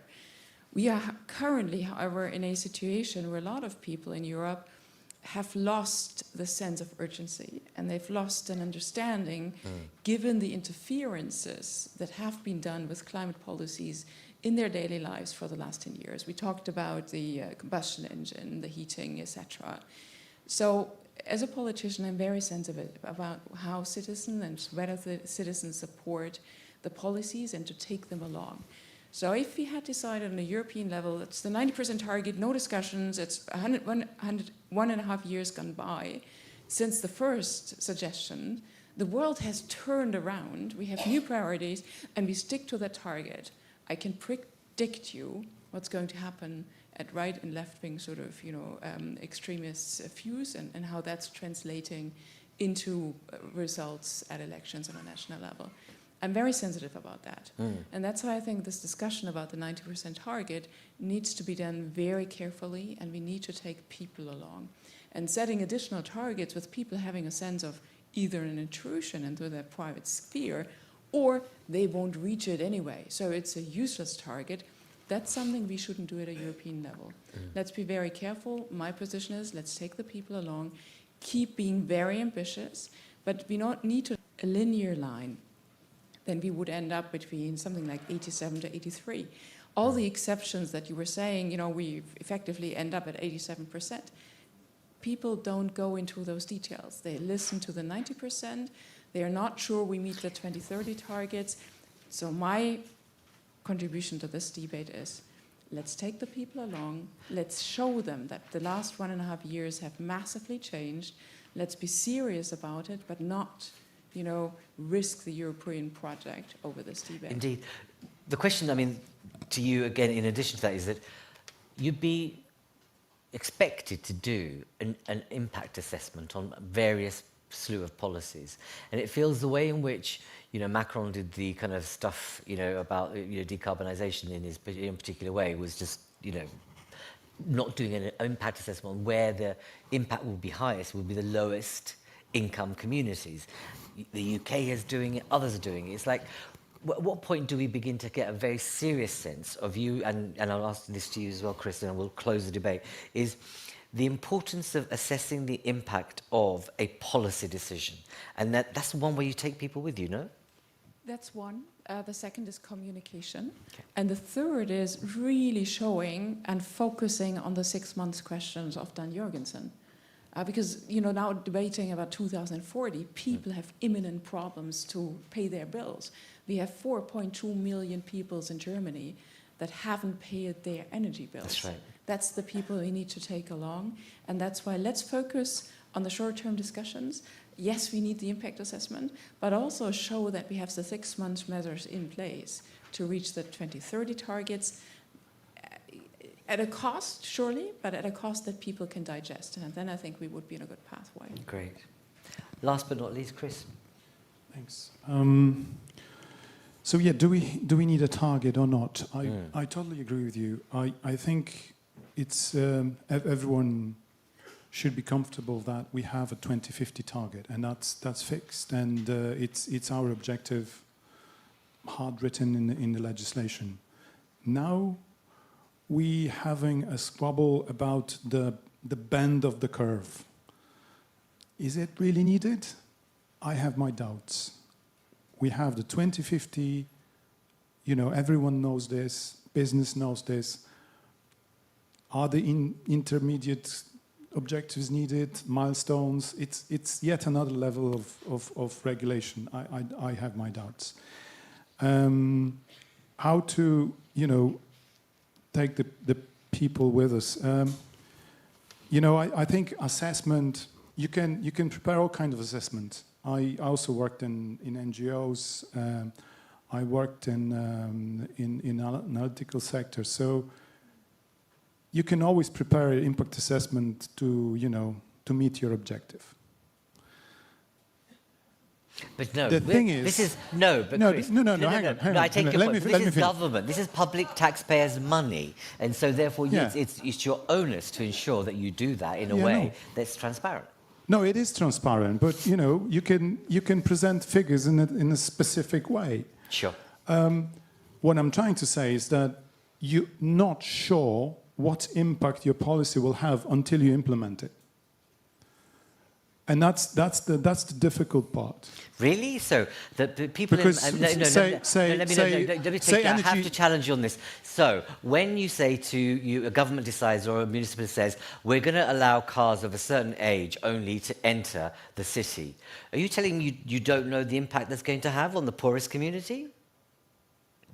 Well, you can have an idea. Okay. You can have an idea, an educated guess, but considering how people behave and what they will do in the end, and how the market will find equilibrium and find the loopholes, you never know. So what I'm trying to say is that we need to be flexible in terms of regulating. We have to be prepared for how the market develops, and be aware of our flaws in terms of assessment. For example, the definition of energy poverty in Europe, as you pointed out, it's also covers people who don't pay the energy bills. There's a huge part of population in Poland of people who never paid for the heating because they just burn whatever they can put their hands on. So they will never be tapped by this definition. If you switch their source of heating, then they will find themselves immediately in the energy poverty bit. So, assessment is only gets you to a certain point. Thank you very much, colleagues. That's it. That's all I had time for because I've got another session we're going to go into. But thank you for stepping up to the debate. Thank you very much. It was great. And I hope that you stay for the remainder of the debate, if you can, because we're now going to go into, we're using a brand new format where we're having a session, but then we're spotlighting one particular issue.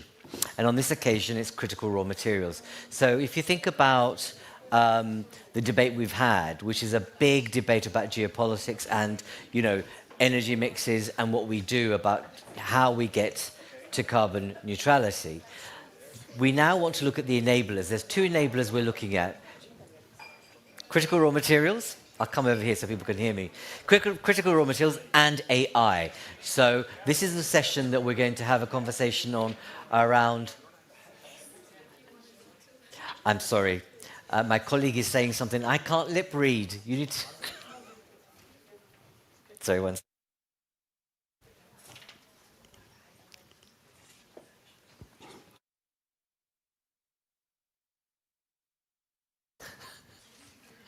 This isn't a break, colleagues, okay? It's not a break. This is a spotlight session we're going to have with a very dear colleague to talk about critical raw materials. Please join me.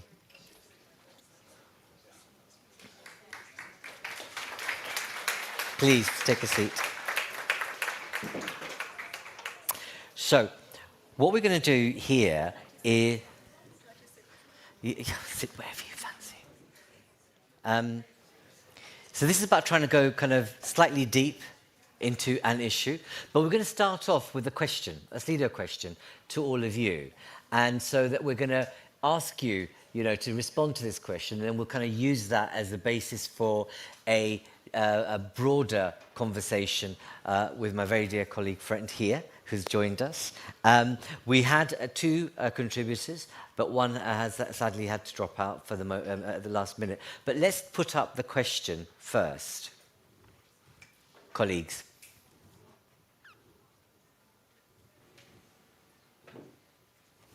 There you go. That's the question. Leaders in Europe are underestimating how much the green transition depends on critical raw materials and geopolitics. So are they underestimating the transition depends on critical raw materials and geopolitics? So go for it, download it.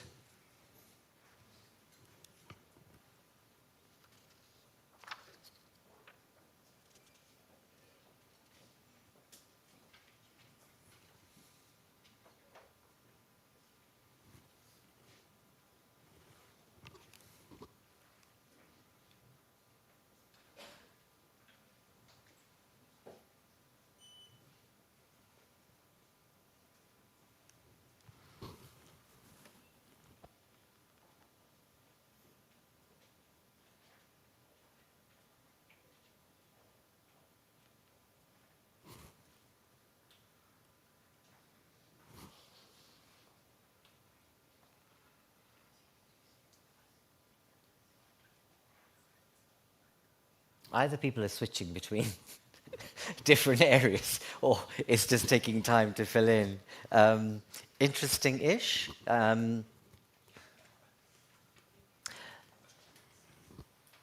Those of you, if you're brave enough to sort of put your hand up and say, who are you that somewhat disagrees and why?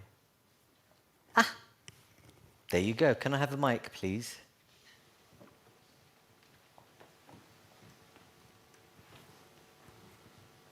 Hi, thank you. Your name? Yes, I was one of the few who chose that, I guess. Introduce yourself. Yes, of course. My name is Mayra Buenaventura. I'm from Microsoft Government Affairs, working on sustainability topics. And my assessment was, yes, they might be underestimating the big picture, but the fact that first we have a Critical Raw Materials Act that was approved on the last mandate, and the fact that we are, as in we, I mean in European leaders, that they are trying to get these trade deals in, for example, Mercosur or also with the US, showcases that even if they do it wrong, they know the problem is there. So that fills you with confidence. Actually, it wasn't a question of confidence. Not so really, it's no. okay. That was me being really bad. Who else in that category that felt, please?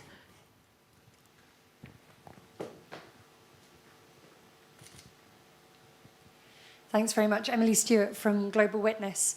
I think something in the same direction, really, is that we have seen a lot of policies, and perhaps I'm taking this question too literally. I don't think they're underestimating how much the green transition depends on the raw materials, but maybe if I could split that out, possibly underestimating how much it does depend on geopolitics, or rather underestimating some of the other blocks in the world, and also maybe the autonomy of a lot of the resource-rich regions. You know, I think that some of the strategic projects that we've seen springing up outside of the EU, with very little detail about what those actually contain, maybe speak to this idea that we don't quite that we're maybe underestimating a little bit that some of these regions have other choices than the EU, and we need to have a strong offer on the table.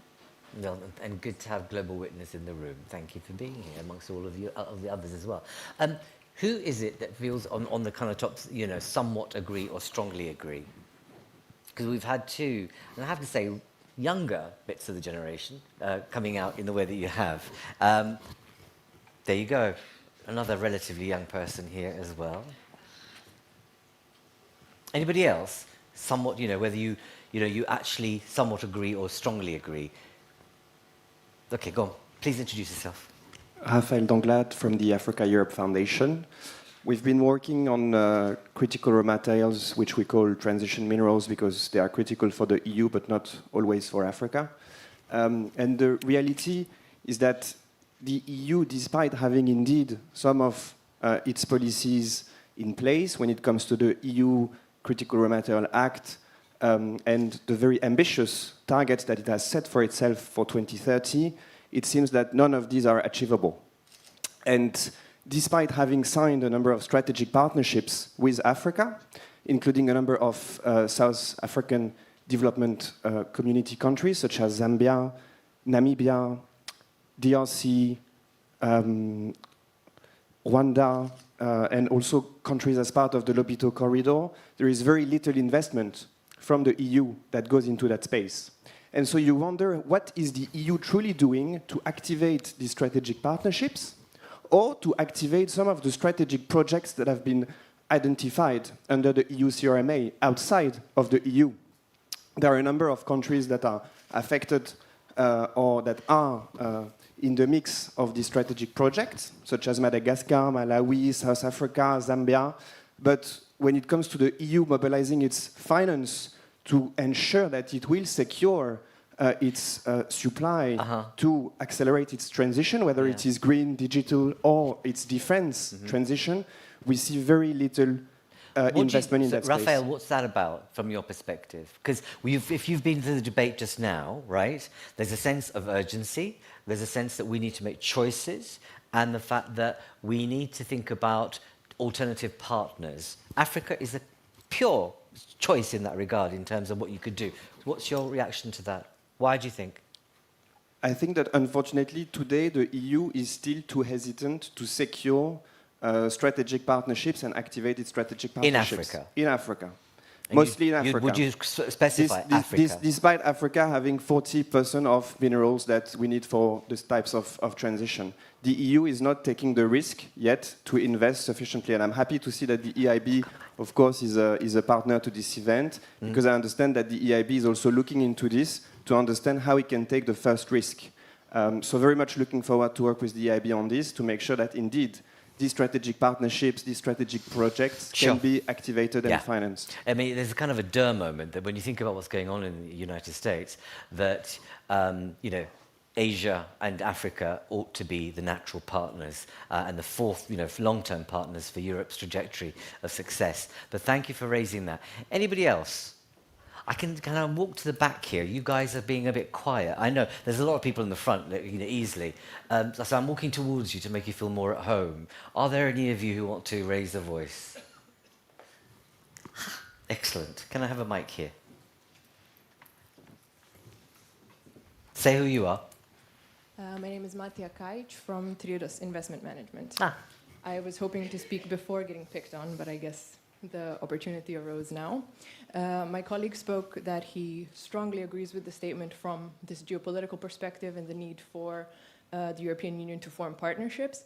But I also think that there's more the European Union could do with its own policies to show that it's aware of this dependence on critical raw materials. So yes, we have the Critical Raw Materials Act, but do we have the policies on, for example, mandatory recycling requirements so that we are not so dependent on virgin critical raw materials? Do we have and avoidance of any loopholes in right to repair, really stimulating more of those policies that will actually lower our dependence for... Which is fairly straightforward, right? You'd have thought. What's the problem here? Is it basically head in the sand? I don't know if it's head in the sand or that we kind of have not, the colleagues in the earlier panel spoke about the fact that we need to think about what technologies we want to prioritize, but we also think we need to think about what technologies the European Union does not want to prioritize. Yeah. So phase out plans for certain materials that will then create room for other materials, for recycled materials, and so forth. Okay. And last but not least, yes. Thank you. My name is Peter Bocek. I'm with the European chemical industry. And I can only confirm that the awareness of the dependency of Europe on its sources is rather low, with policymakers as well as with the public. With chemicals, I can tell you that we use the Commission methodology how to determine what is a critical raw material, and we found that quite huge amount of the traded chemicals, Europe is actually highly dependent on very few suppliers, very often one supplier. And that is also a result of economic decisions of companies. And that's also where I see the solution. Companies need to really reflect how can they broaden their supply base and where are the risks. And that is maybe not always a room for politics and Europe to solve that. It's also a responsibility of companies themselves. And do you believe the the chemical industry is, I suppose it's Turkey's voting for Christmas, but are you doing enough R&D to make the transition, do you feel, from your perspective? I think we could do more, for sure. And also, I think politics could do more, like recycling, a definition of waste and so on. There's a lot of things that still can be done to broaden the supply base or also secure what is inside Europe, that it doesn't leave Europe anymore. Thank you. That's it. I hope you found that useful. What better than to have, the World Resources Institute represented here in the context of this conversation? Okay, do you want to respond to what you saw on, in terms of that question, but also the kind of the issues that people have raised? What's your what's your take on where people are coming from, but also from the Institute's point of view? What do we need to do better and differently? Yeah, sure. Maybe first I'll just say a couple of words about myself, because this is an event about Europe, and neither my face nor my name look very European. So I was born and grew up in China. I studied in the US, and I've been living in Europe for 18 years, almost 2 decades. So I do consider myself a friend of Europe. And I also sincerely want to see Europe continue to be such a great place to live. But unlike all of you who are European affairs experts, I'm not, but I hope I can contribute to the discussion with a bit more international perspective. So coming back to the poll question, I think there's a time dimension here. If we go back 10 years, maybe even 5 years, I would vote strongly agree, because back then we were all still celebrating the fruits of globalization, right? The price of solar panels and batteries dropped by 10 times between year 2000 and 2018. And that made the clean energy transition affordable. But in more recent years, everybody gets shaken by the geopolitical earthquakes. And I think, actually, I agree with some of the speakers, the opinions here. I think EU reacted quite swiftly. The Critical Raw Materials Act got passed with record speed. And EU also has been a policy leader on circular economy, right? EU had a circular economy action plan back in 2015. So EU has been reacting politically. I think actually the risk maybe now the pendulum swings too far to the other end, and it may backfire on the clean energy transition itself, right? So we need to find a new balance. In terms of your view from the Institute, in terms of the issues that we raised, what role do you think, what could governments, what could the EU be doing differently and better now? You said, before we both, when you think about the trajectory of growth for China and the EU, the destinies on the future was linked because it led to prosperity for both. But we're in a different geopolitical environment. So what's your take on how we navigate this geopolitical environment for critical raw materials? And given the point that was made by the colleague from the Africa Europe Foundation. Yeah. So there is clearly a global race for these critical minerals, and I think it's not actually not about only the minerals, because what do you do with all the minerals if you don't have downstream industry to make them into products? So it's really a redistribution of the whole supply chain. And I think, as the previous panel already discussed quite a bit, I think EU needs to first decide what will success look like. Will success be that Europe become fully self-sufficient in the supply chain? Or does success look like, does EU want to lead on part of the supply chain? There was a lot of discussion saying, okay, it probably does not make sense for EU to rebuild a full supply chain from scratch and compete with a very mature supply chain already in Asia.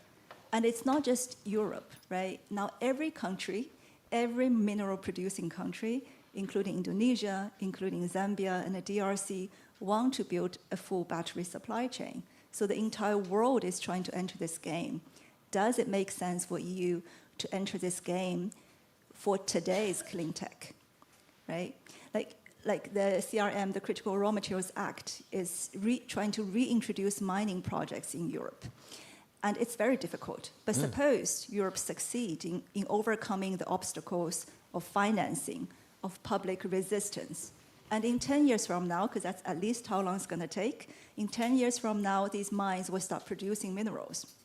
What we know for sure is that technology would have moved on by then, right? We've seen it took only a few years for battery chemistry to change fundamentally.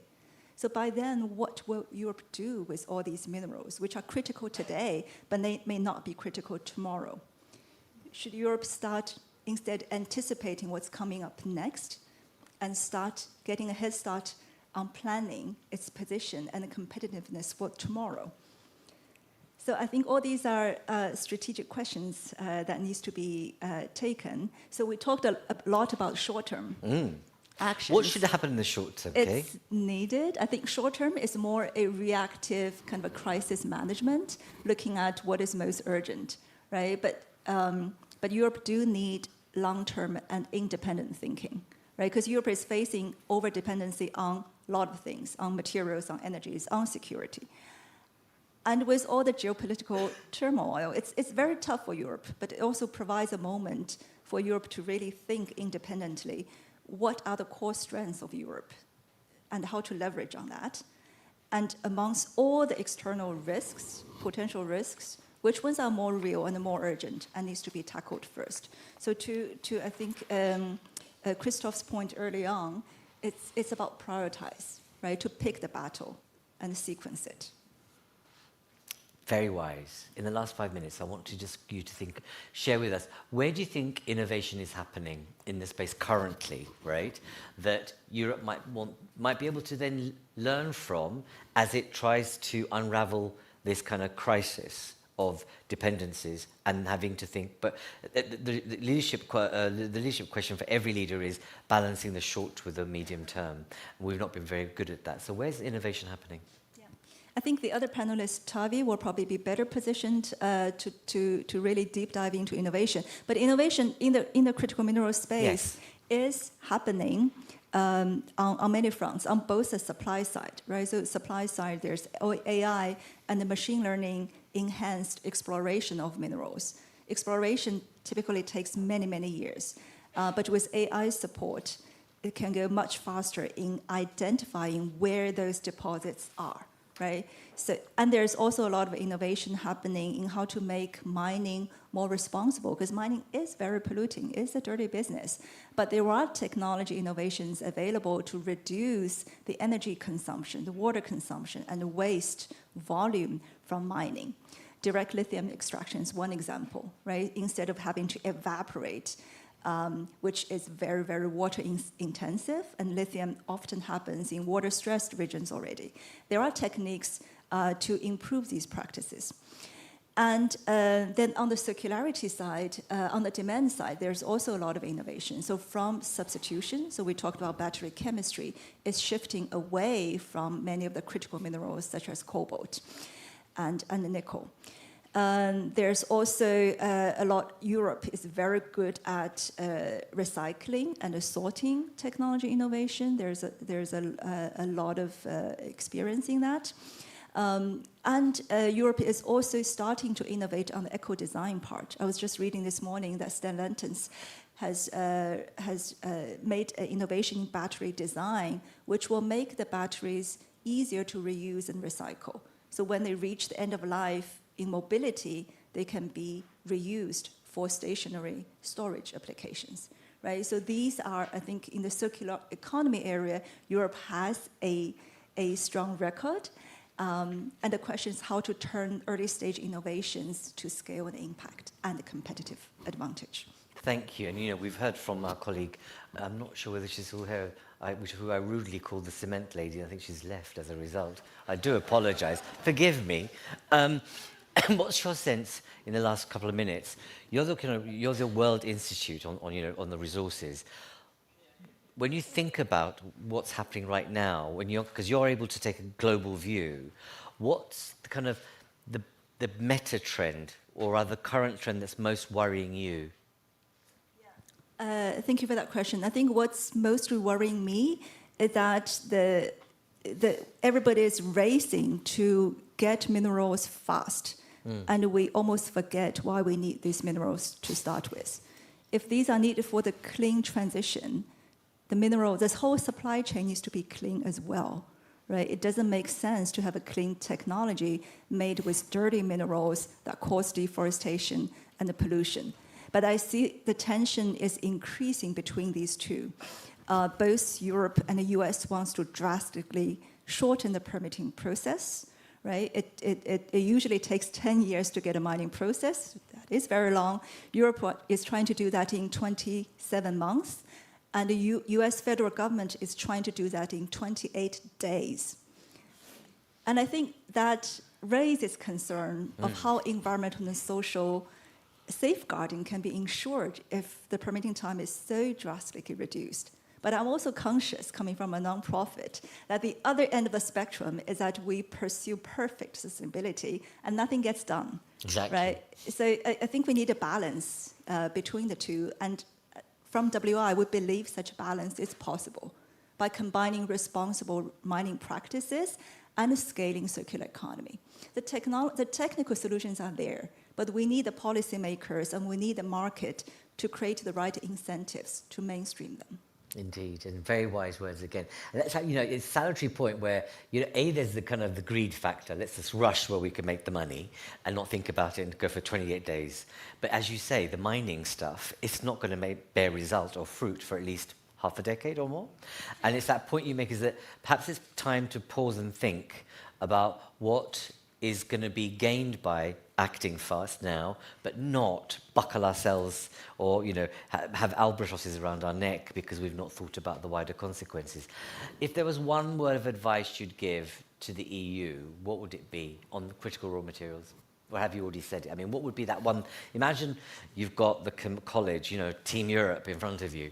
What would you say to them? I would say independent thinking. It does not mean independence in everything tomorrow. It's think independently of what Europe really wants. Thank you very much. That's it, colleagues. And, really, it was refreshing. Okay, thank you. So, colleagues, you've been very patient and very kind of thoughtful and responsive. You now have the opportunity to stretch your legs, get some food, have some tea or coffee for half an hour, and then please be back. So everything's upstairs, and then see you again in 30 minutes or so. Thank you very much.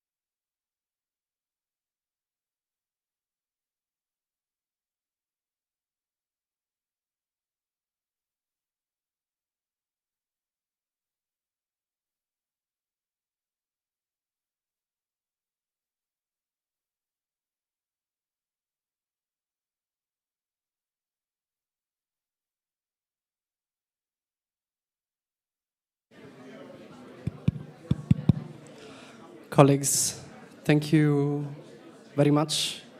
If you could take a seat, we're about to start.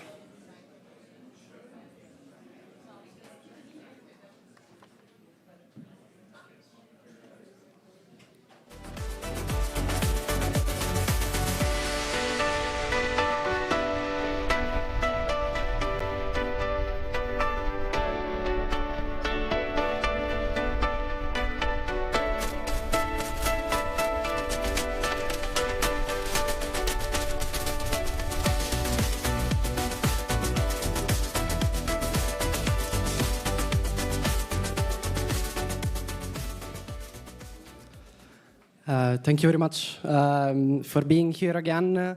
To colleagues in the back, just want to say that there are plenty of seats in front, so please come closer. My name is Davide Sofia. I'm a program executive here at Friends of Europe. And for this session, AI, artificial intelligence, a critical driver of change, I'm truly honored to be here with two exceptional speakers. Laura Cozzi, who is Director of Sustainability, Technology and Outlooks at the International Energy Agency. She's a well-renowned expert on the energy system, and she's the co-leader of the World Energy Outlook, which is their flagship publication on global analysis and projections. And Adam Ellman, who is Director of Sustainability for Google in Europe, the Middle East and Africa. He's also an extremely accomplished sustainability expert with 20 years of experience in some of the world's most influential companies. So thank you again for being here. This is a session that is very important for us. We've been talking about artificial intelligence in many occasions and in different ways. And we'll have some time to think about the two-way and very tight connection between this technology and the energy system. So you might know that, of course, I said new, and this was a mistake because the concept of artificial intelligence is definitely not new. But in the last couple of years, we have witnessed an incredible acceleration, and this is told by data. If you think about since 2022, the market capitalization of AI-related companies in the S&P 500 has increased by $12 trillion. And so artificial intelligence is showing to be an extremely consequential technology for the economy at large, but also for our lives. It's part of our daily lives. And we see that it's a technology that can bring and brings already a lot of efficiency and operational gains. It can do it for the energy sector. It can do it in many different sectors. It has been exploited in many cases already by the oil and gas industry, and we see it used as well in electricity generation, in transmission, and also to optimize energy consumption. Don't want to spoil too much the conversation that we're going to have in the upcoming session, but we'll see also the role that it has in electricity grids as well. So at the same time, the more the technology goes forward, we see that data centers especially bring a question in terms of the increase that we see in electricity consumption, which is by scenarios showing that it will potentially double in the next 5 years, so up to 2030. So I think that there is a lot to debate. As I said, it's a two-way connection. And in the program that you have received today at the event, in one of the first pages, you'll see that we have some data from our citizen engagement unit, Debating Europe. And on the bottom right, there is a small graph talking about a question that we asked to young citizens in 5 European countries, more than 2,000 citizens. We asked them, do you think that AI can support climate action, can support climate change? And I think what's striking from that data is that about 1/3 of the people that we asked, they didn't know. They didn't have a clear opinion. So this means that not only this is a question, what we're going to discuss today, it's a question about policy, but it's also a question about citizens. Like young people right now, they haven't made up their mind. They don't know, maybe. They don't know exactly what it entails. And that's why we think it's important to address this question in a moment in which we see mounting citizens' concern. We see a lot of like not in my backyard policy, and also, you know, the fears of blackouts that are leading maybe governments to stop the development of data centers in specific areas of Europe and the world. So I think that this, I'll just wanted to make a quick introduction for the speakers for this session, but as we've done before on our spotlight session on critical raw materials, I would like to bring you in as well. So we're going to have another Slido poll that can be brought up on the screen right now.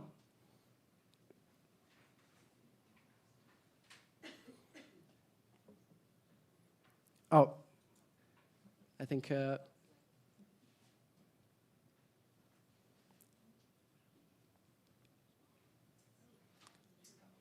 it's coming. At the end of these slides, it's supposed to be there.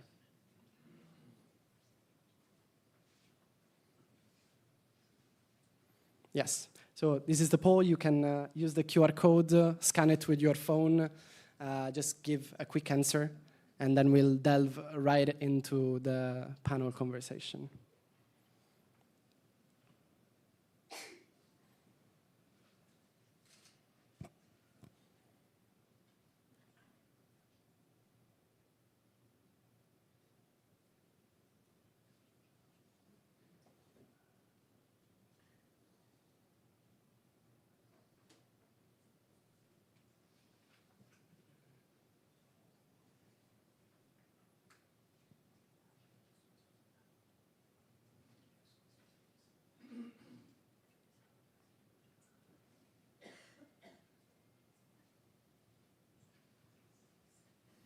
I think once again we see a bit of the same, a lot of data that it's a bit mixed between somewhat agree, somewhat disagree, but we'll have time also to comment with you in the room.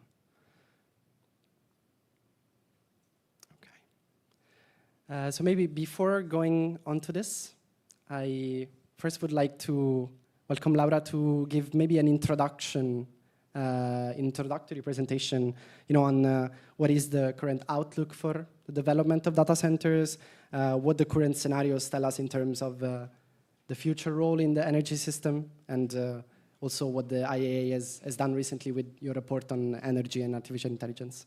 Thanks a lot.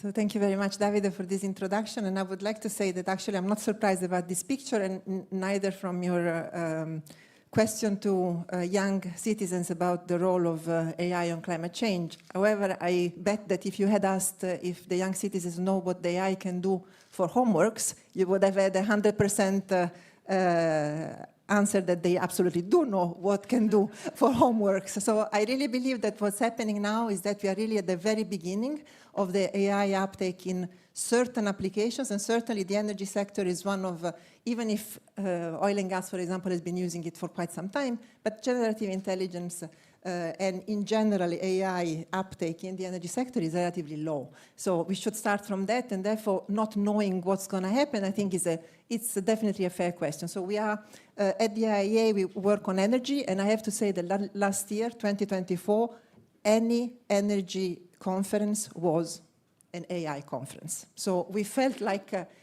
we really needed to start understanding what AI is in terms of being different or the same compared to other energy loads. So what we did was really starting with the data. I have to tell you already, with this data on AI, energy consumption in data center is poor and not very clear. So let's start with that. There is not, you don't go out on the internet and find very clearly how much a data center consumes today. So we had to do quite a lot of work on that.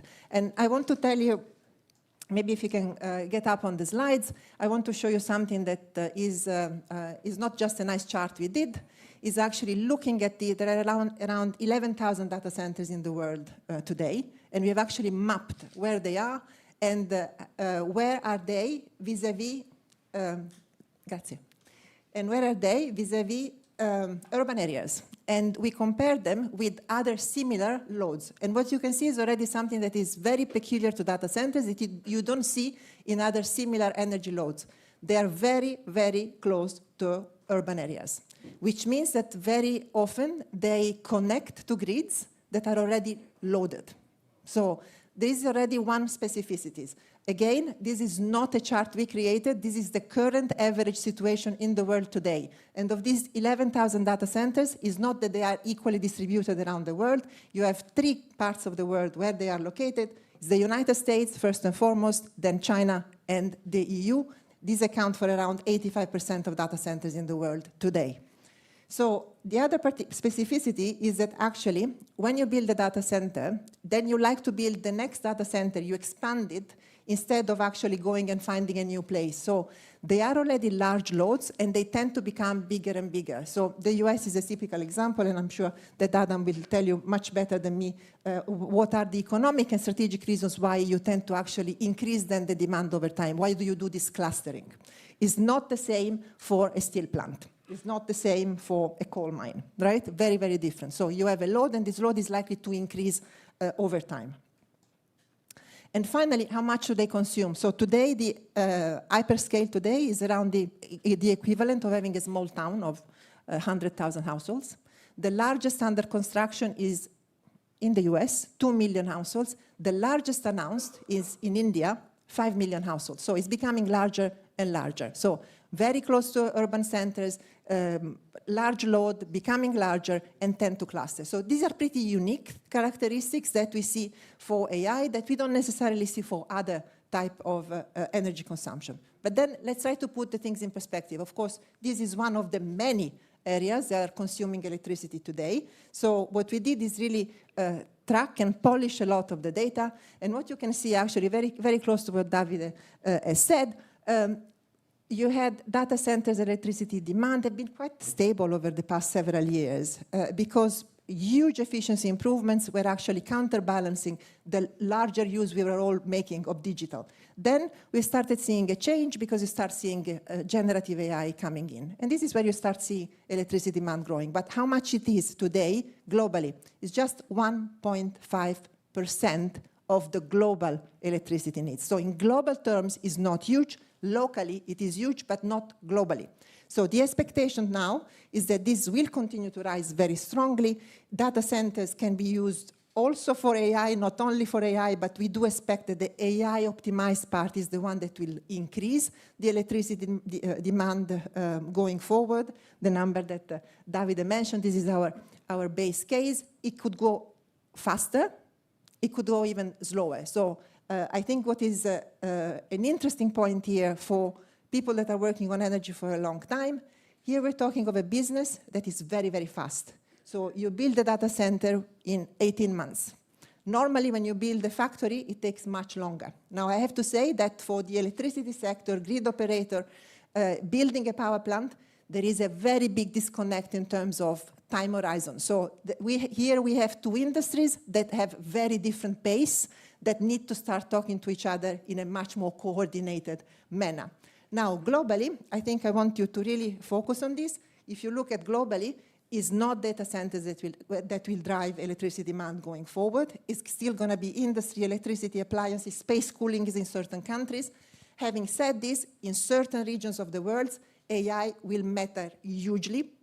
In the US, for example, our expectation is that by 2030, AI load will be as large as the entire heavy industry today. So imagine what heavy industry has done over the past century, AI is going to do in the span of less than a decade in terms of energy load. So this is a bit the picture. Yes, growing very fast. Some uncertainties on the pace, different type of characteristics than other energy loads, but still not a major driver globally of electricity demand. And I would stop here. Thank you very much, Laura. I would maybe just turn then directly to Adam. I mean, as a very involved actor in the sphere, I imagine you have both an opinion on what you've seen before with the poll, what Laura has just said, but also I think maybe the question to Google would be, where do you find maybe practically the connections between artificial intelligence and the energy system? And no, absolutely. And thank you for convening this important conversation. And actually, we partner with the IEA on this research. We felt it was really important. And I think, you read the headlines out there, they're often very different than the sort of facts. But actually, accelerating AI adoption really, we believe, has a huge opportunity both to fast-track Europe's work on its 2050 climate target, but also driving a competitive advantage to Europe, security and resiliency. And actually, we don't have to sort of think about this as a future opportunity. These solutions exist today. So I'm just going to give you a few concrete solutions of how this technology is helping today. Hopefully, many of you use Google Maps. One of the ways it's helping is with drivers on a solution we call fuel-efficient routing, which uses AI to process vast sets of data very quickly to surface up the most fuel-efficient route if it's not already. So you might have seen a little green leaf saying this route's, 3 minutes slower, but saves you 15% in fuel. We're now processing, we've deployed this around the world, we're now looking at 500 million routes every single month. Last year, this is estimated to have saved 2.7 million tonnes worth of emissions. That's the same as taking 630,000 fuel-based cars off the road every single year. So that's one way it's helping in transportation. If you take the energy sector, we have a solution called Solar API. This uses satellite imagery, so geospatial information, along with AI, to help analyze the solar potential of rooftops. It allows solar developers and operators to move much more quickly with far more accurate information, giving them the solar potential, the financial information, helping them design far more efficiently. We now cover 540 million buildings, including much of Europe. And again, this is really helping with the uptake of solar. To put this in perspective, last year we estimated it saved 6 million tonnes worth of lifetime emissions, and that number continues to grow as these solutions roll out. One more sort of example in the mitigation space, actually in the aviation sector. So have you ever seen those thin white lines behind an aircraft? Those are called contrails. What's really surprising is they account for 1/3 of the emissions from flying. And again, we've been using geospatial data and AI to figure out when they occur, when they don't occur, and how airlines can avoid them. And we've tried this in the real world, and we've cut those by 54%. So 1/3 of emissions cut in half with very little cost.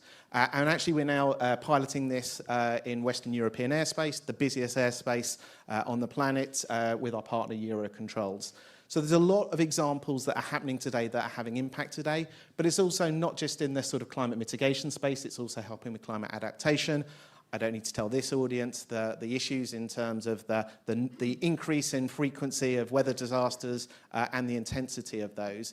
So we're using AI to help, for example, with flood forecasting. So we've built an advanced hydrological model, which when used with local data, we can now predict riverine flooding up to 7 days in advance. So that's helping communities, individuals, aid agencies and governments really protect people. We're using similar technology to look at, for example, wildfires, understand when they're happening, show those boundaries on Google Maps, send out alerts. You know, that's been used in recent times in Portugal, in Greece. And this is really helping to save lives, helping agencies take action. So, you know, the technology is here today. It's already having an impact, but it has to be adopted and really scaled up to really deliver on the goals that we all want to make progress on. But maybe if I can come back on a point that you just made. I mean, you mentioned the targets and how artificial intelligence can support, but what do you think when it comes to the infrastructure, so data centers and anything that is related to the development of the technology? What do you think that digital sector in general can do to make sure that such development is done in alignment with these targets and climate change as well? I mean, Laura has mentioned that there is a mismatch indeed between how much it takes to build the data centers and maybe how much it takes to build a power plant to power it. Yeah, no, absolutely. And I think, look, we take this very seriously. And so, you know, we think there's a bold opportunity with AI here, but we need to deliver it responsibly. It's something we've focused on for many years. So we want to build and operate the most efficient data center infrastructure in the world. And we do. Our data centers are some of the most energy efficient in the world. Actually, to put it in perspective, compared to 6 years ago, we deliver over 5 times the amount of compute power. Sorry, compared to 5 years ago, over 6 times the amount of compute power for the same amount of energy. So we're getting very good at driving efficiency. And by the way, there's commercial reasons why we would want to do that as well.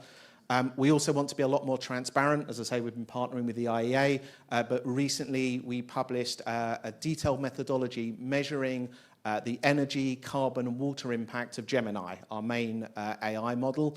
And we've put that out into the public domain. And actually what it showed is, first of all, over the last year, so over 12 months, there's been a 33x improvement in the energy efficiency of our model as we continue to drive efficiency there. And actually, to put it in perspective, one median Gemini text prompt is about the same as watching television for 9 seconds and uses about 5 drops of water. So, that all adds up. But again, just making sure we can put the right information out there so everyone's dealing with the facts. But obviously, efficiency isn't enough. Alongside efficiency, we need to focus on bringing clean energy to the grid. At Google, we're one of the largest buyers of clean energy on the planet. Just here in Europe, we've put 4.5 gigawatts worth of capacity onto the grid, and we're continuing to invest in wind and solar. But globally, we're also investing in new technologies, whether that's advanced nuclear, advanced geothermal. We've done the first corporate deal for fusion as a future bet. But also we're working on grid-enhancing technology, long-duration, short-duration battery storage. So yes, we're very focused on making sure we can run these operations very efficiently so that actually we can use this technology to make progress on climate, make the scientific breakthroughs, and also deliver this competitive advantage, which is clearly so important as well. Yeah, thank you very much, Adam. I think I will take the last words that you mentioned. Going back to Laura, I think that I wanted to also give you the opportunity maybe to think more on a global perspective. We recently interviewed one of your colleagues talking about exactly the report that you released on energy AI, and in terms of the placement of data centers where we see across the world, we have a lot of them in the US, a lot of them in China, and just 15% are located in Europe. I think from in your perspective, can Europe harness maybe the benefits of the technology? Is it too late? Where is it placed exactly? So first of all, I would say maybe going one step backwards from energy and then 3 steps back into energy again. I don't think Europe can afford itself to stay out of the AI race. It's just impossible. And it's not just because of homework of the kids, it's because this is becoming a very inherent technology for defense and for everything that we do in terms of optimization of our work and industries. For the past year and a half, we have partnered with Google and many of the other big tech companies. I have to say they've been incredibly generous in terms of sharing the data and trying to make the information more and more available. And there are a couple of things that at least became clear to me. Energy is going to be a deciding factor in deciding where the next location of data centers will be. So we do have in Europe and many other places in the world a grid problem. It is here already, and it's not because of AI. We had the grid problem before. So we need to solve the grid problem regardless, and we need to work much more closely with the AI sector to use whatever they can bring, for example, dynamic rating and several other things that exist already, to open up more space on the grid and do everything that's possible to look at flexibilities, at the operational flexibility that may exist, efficiencies. It's certainly one of the areas in the world where I've seen the most incredible efficiency gains, 50% year on year of new chips. We don't see it anywhere in other places in the energy sector. Having said this, we do still think that grid is going to be today deciding whether or not 1 in 5 of the data centers will actually have energy. Currently, we see that 1 in 5 of the data centers that are planned, including in Europe, will not have the energy they require. So some urgent actions is needed there. One final point that I would like to say. Analysis we did, preliminary because the data is scarce, but in net terms, when you look at how much emissions will come because you need to power all this new electricity that they've seen earlier, and the potential of the savings that you could get from adopting AI more widely, the balance is you could actually get net emission savings. But there is one catch. The adoption of AI is not catching up yet to this potential emission savings. So we are here a bit of a chicken and egg place. So we need AI to enable these solutions, but the uptake of AI is relatively slow. To give you a bit of a sense of what AI, and I'm personally extremely excited about what AI could do, and we haven't experienced it yet as it should. We are just at the very beginning. Take the example of solar. What we found is that solar chemistry that have been explored in the world are just 0.1% of all the potential chemistries of solar. We as humans, on our own, we take decades to explore that. AI could do that very, very quickly. Now, in natural sciences, where AI has gotten 2 Nobel Prizes, the type of example I've made are exactly the ones where AI helped crack very complex problems. And we haven't done yet this in the energy sector. I'm thinking about sustainable fuels. I'm thinking about new chemistry for batteries and so on and so forth. So we have really a world to explore there. And I really look forward to the moment where the AI industry and the energy industries look as much as seriously at the problem space than the solution space. And I think here there is really a lot of work more that can be done. Thank you very much, Laura. It's always extremely inspiring to listen to you. Just looking at the time, I think that I would like to ask a question to the both of you. I think international organization, you're a private company. My question to you, to the both of you, would be when it comes instead of the role of governments in all this sphere, what do you think policymakers should do to respond to deployment of AI, and maybe thinking in exactly what you presented just now, so deployment that also is careful of the targets, climate change, and all the bottlenecks that we currently face on electricity grids? Sure, happy to kick off. And I think when we talk about this AI opportunity, we really do think this requires everyone, to really partner in this space. And we spend a lot of time talking to policymakers, working with other companies, working across different sectors.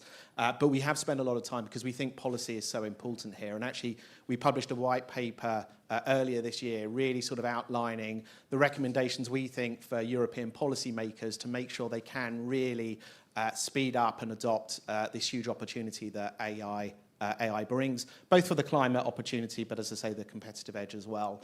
And that's really around sort of enablement, deploying and guiding. So on the enablement side, and we've touched on some of this, super important that have the infrastructure there, not just making sure it's available, but making sure it's affordable to everyone. We need to make sure everyone can benefit from this technology.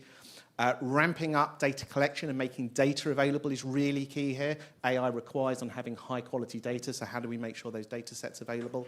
But also making sure we cultivate and motivate the talent. We really need the talent to be able to develop and use these technologies. So that's a lot in the sort of enablement space. In the deployment space, particularly, again, thinking on the climate action here, we think there's a real opportunity for policymakers to leverage AI in the work that they're doing in public sector, whether that's for mitigation or for adaptation. So how can they make sure that they're using it to plan and operate their policies? And also to unblock, those blockers that are slowing down the use of AI in the private sector. And we identified 4 particular areas: the energy sector, transportation, industry and agriculture. And again, we've outlined a series of recommendations really to help speed up in the private sector as well. And then finally, this point about being responsible as well. How can policymakers help guide sustainable use of AI, making sure there is cheap, affordable, reliable, clean energy, but also making sure and enabling data center decarbonisation. And actually, it's really great to see there has and is a lot of progress in this space. There's the EU has identified an opportunity to speed up and increase the deployment of data centers. There's a lot of work happening, obviously, in terms of clean energy, grid packages, connectivity as well. And there's work happening in terms of energy efficiency directives, in terms of data centers as well. So there's a lot happening, which is great. But obviously, it's important to make sure that policies are prioritised and that they're coherent. They don't have overlap or conflict with existing policies. So again, we spend a lot of time trying to share our knowledge and our expertise so this policy can come and it can really accelerate the opportunity in the right way. Thanks a lot. Back to you, Laura, maybe for the last intervention. Really not much to add to what Adam has said here. I just want to acknowledge that DG Energy is working on producing something, especially on AI. And I think that there is a grid issue that is beyond what's happening on AI, and that has to be first and foremost fixed.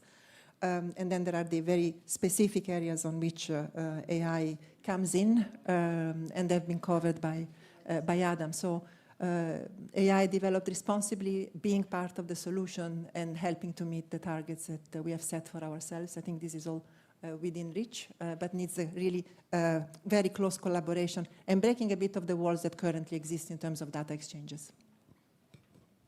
Okay, so thank you very much for the time that you gave to this topic. I think that many points came about and will most probably also be tackled in the session that is about to come. It's on electricity grids. We heard how much data centers are relevant, their positioning, what is their development going to look like. So I would like to thank you again for being here. Hope that we can continue the conversation. And any question that you have as audience, do always feel free to get in touch with us at Friends of Europe. We're always happy to always keep the exchange ongoing. So I would like to ask Dharmendra to come on stage to then lead on to the upcoming session. And please give a round of applause to our wonderful speakers.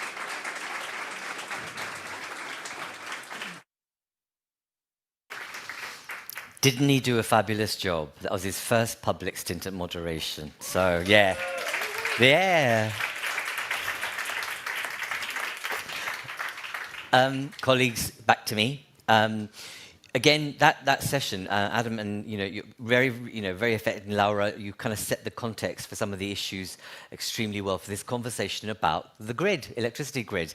You've heard what van der Leyen said in her speech about a union and a grid more connected. We've heard in the kind of Draghi reports and the letter reports about the importance for completing the single market, which also includes making sure that our grid is interoperable, but also more intelligent in terms of how do you sway supply and demand, locate it more effectively, and can, national governments give up their sense of sovereignty? Because part of it involves being able to say, I've got a bunch of energy here, have some of that, and we have to balance the cost, etc. But there's also the kind of different technologies that are involved individually in member states as to the capacity, prowess, efficacy, and resilience. But importantly, the resilience of our systems. We saw what happened in Spain and Portugal, but the critical issue here, and I think one thing that we have not spoken about a lot, is about security. And I think that that's the new frontier in terms of energy security. I don't mean just about supply. I mean, dodgy buggers playing with the system and cutting us off, or doing all sorts of stuff. And I think we have no idea at this stage, in the early stages, of what kind of planning and plotting is taking place to create systemic outages and to kind of, I suppose, rupture the resilience of our grid more widely. But let's not have that Armageddon scenario, but I feel as it's not Armageddon because it's like kind of happening in different ways. Can I invite our speakers to join here, please?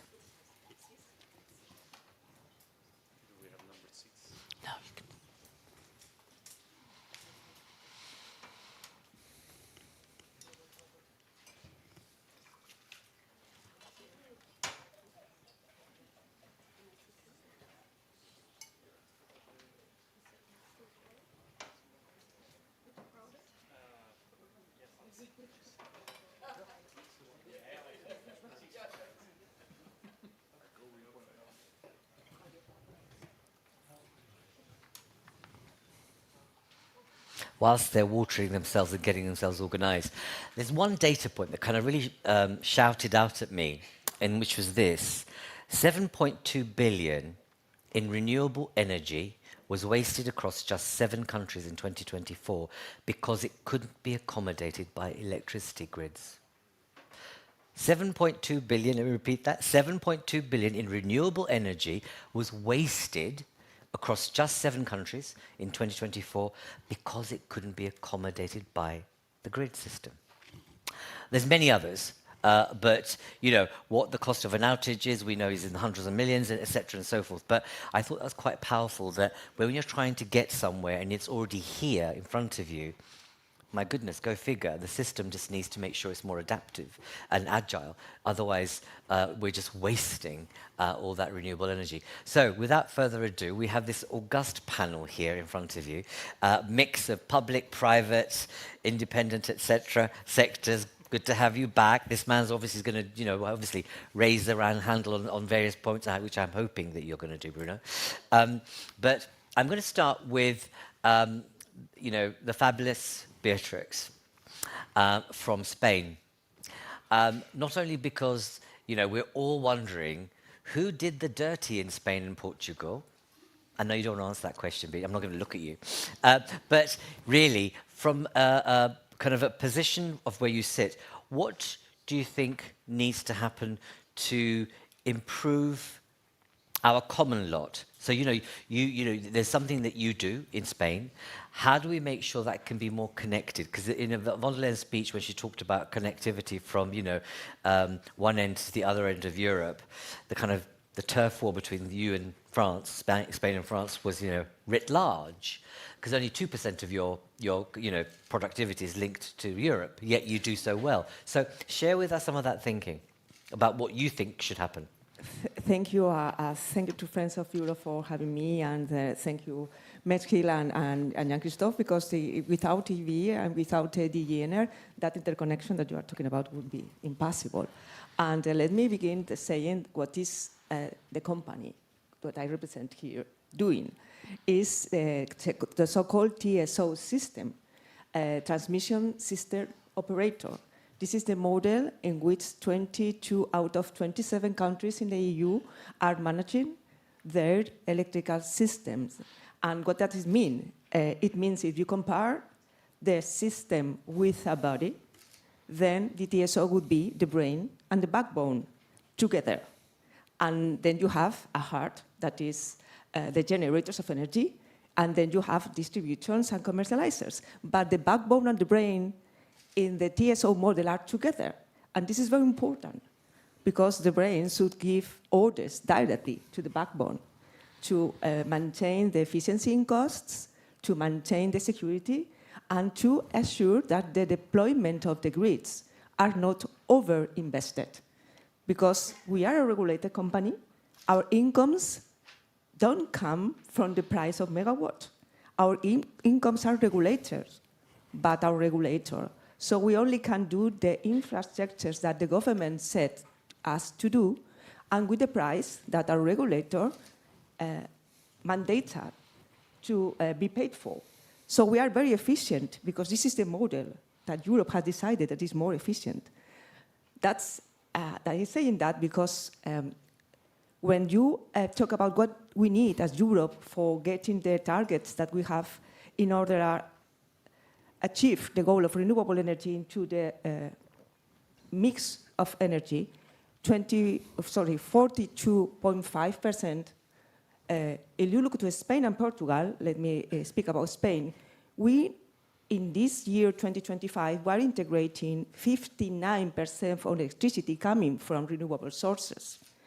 And if you look at our power plant, we have installed 64% of all our power plants are renewables. So it's possible to do it. So it can be achieved. We need several things. Of course, we need interconnections with the rest of the continent. Because if you have a backbone in a country, but it is not connected to the backbone of other countries, then the competitiveness of the industry, to lower the prices of the energy, should be not possible. For industry that is very intensive in energy, for data centers, and for AI, and for everything. So we need to be interconnected, because we are a continent, just one continent. Let me say that here, in this room, I can feel the power of European people. We have the brain, we have the heart, we have the power, we have the energy, the enthusiasm. So we can do it as a continent. And I feel very, very, very proud to be European. And please take advantage of what happened in the US, because we can attract the talent, we can attract everything, and be very aware of what being European means. For me, very, very much. So we need, as Peninsula, Iberian Peninsula, we need Europe to be more interconnected, but Europe needs the Peninsula Iberia to fulfill your goals, our goals, in renewables, in electricity, energy efficiency, decarbonisation, electrification in the industry, and to take advantage of our talent and our capacities. And that's why I do support the TSO model as a great advantage for the European countries to fight against the dependency of energy that we still have. And that's it for Thank the moment.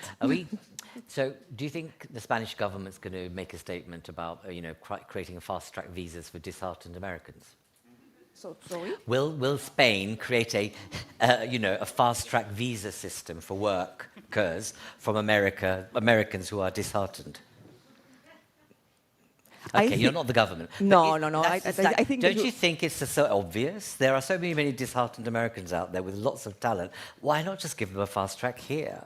And really put that in your mind and think about it. Why hasn't why haven't you lot thought about that, or more importantly, the Commission thinking about how do you make sure that happens? Because if there's one way to create not that you want to create bloody noses, but hey, there are a lot of disgruntled, very talented people who welcome the opportunity to leave and make Europe the welcome home of values. Anyway, my point to you, it's only because you were saying about Europe, is your model. I've heard about it. You've spoken about it really well, and it sounds an excellent model. But we're all wondering about resilience of the model.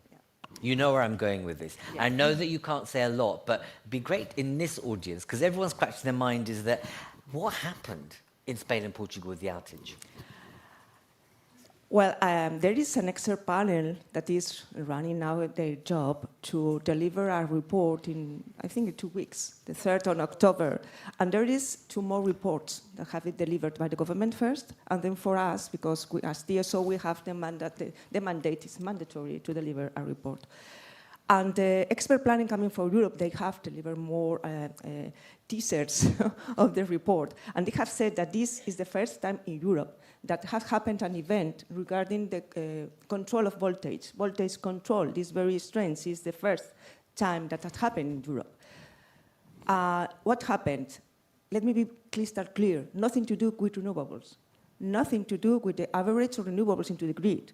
Because we, in Spain, we've operated a system with 80% or more of renewables without any problem.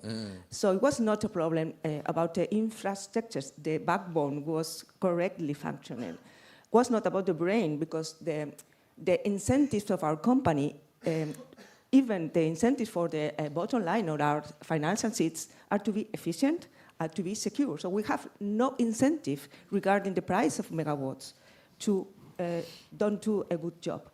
So what happened? This is please in our report, and you can get in English on the internet. So I'm not saying anything that is off the record or nothing. Was that some of the power plants that were connected to the grid in the moment of the blackout malfunctioned. So they did something that there were strains and create like a heart attack on the system. And then there were some of the generators that didn't fulfill the rule they have coming from our regulators in order to control correctly the voltage.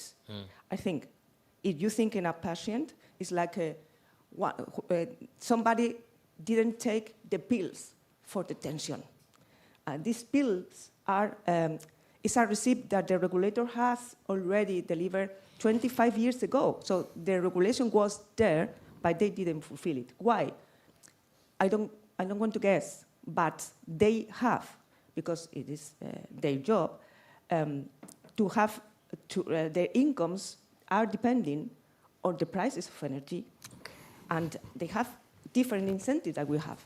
So let me say that the panel will say the last word, but please believe me, nothing to do with renewables. Renewables are not dangerous for Europe. Are not. Well, we should invest more in grids, not only in new grids, but make grids more efficient, more intelligent, more smart, more digitalized. For example, we have talked about DLRs,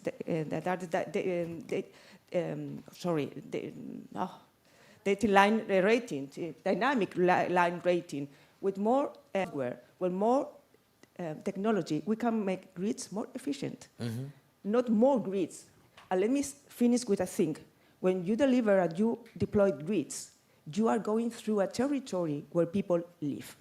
And you must be very, very respectful for the way of that community's living.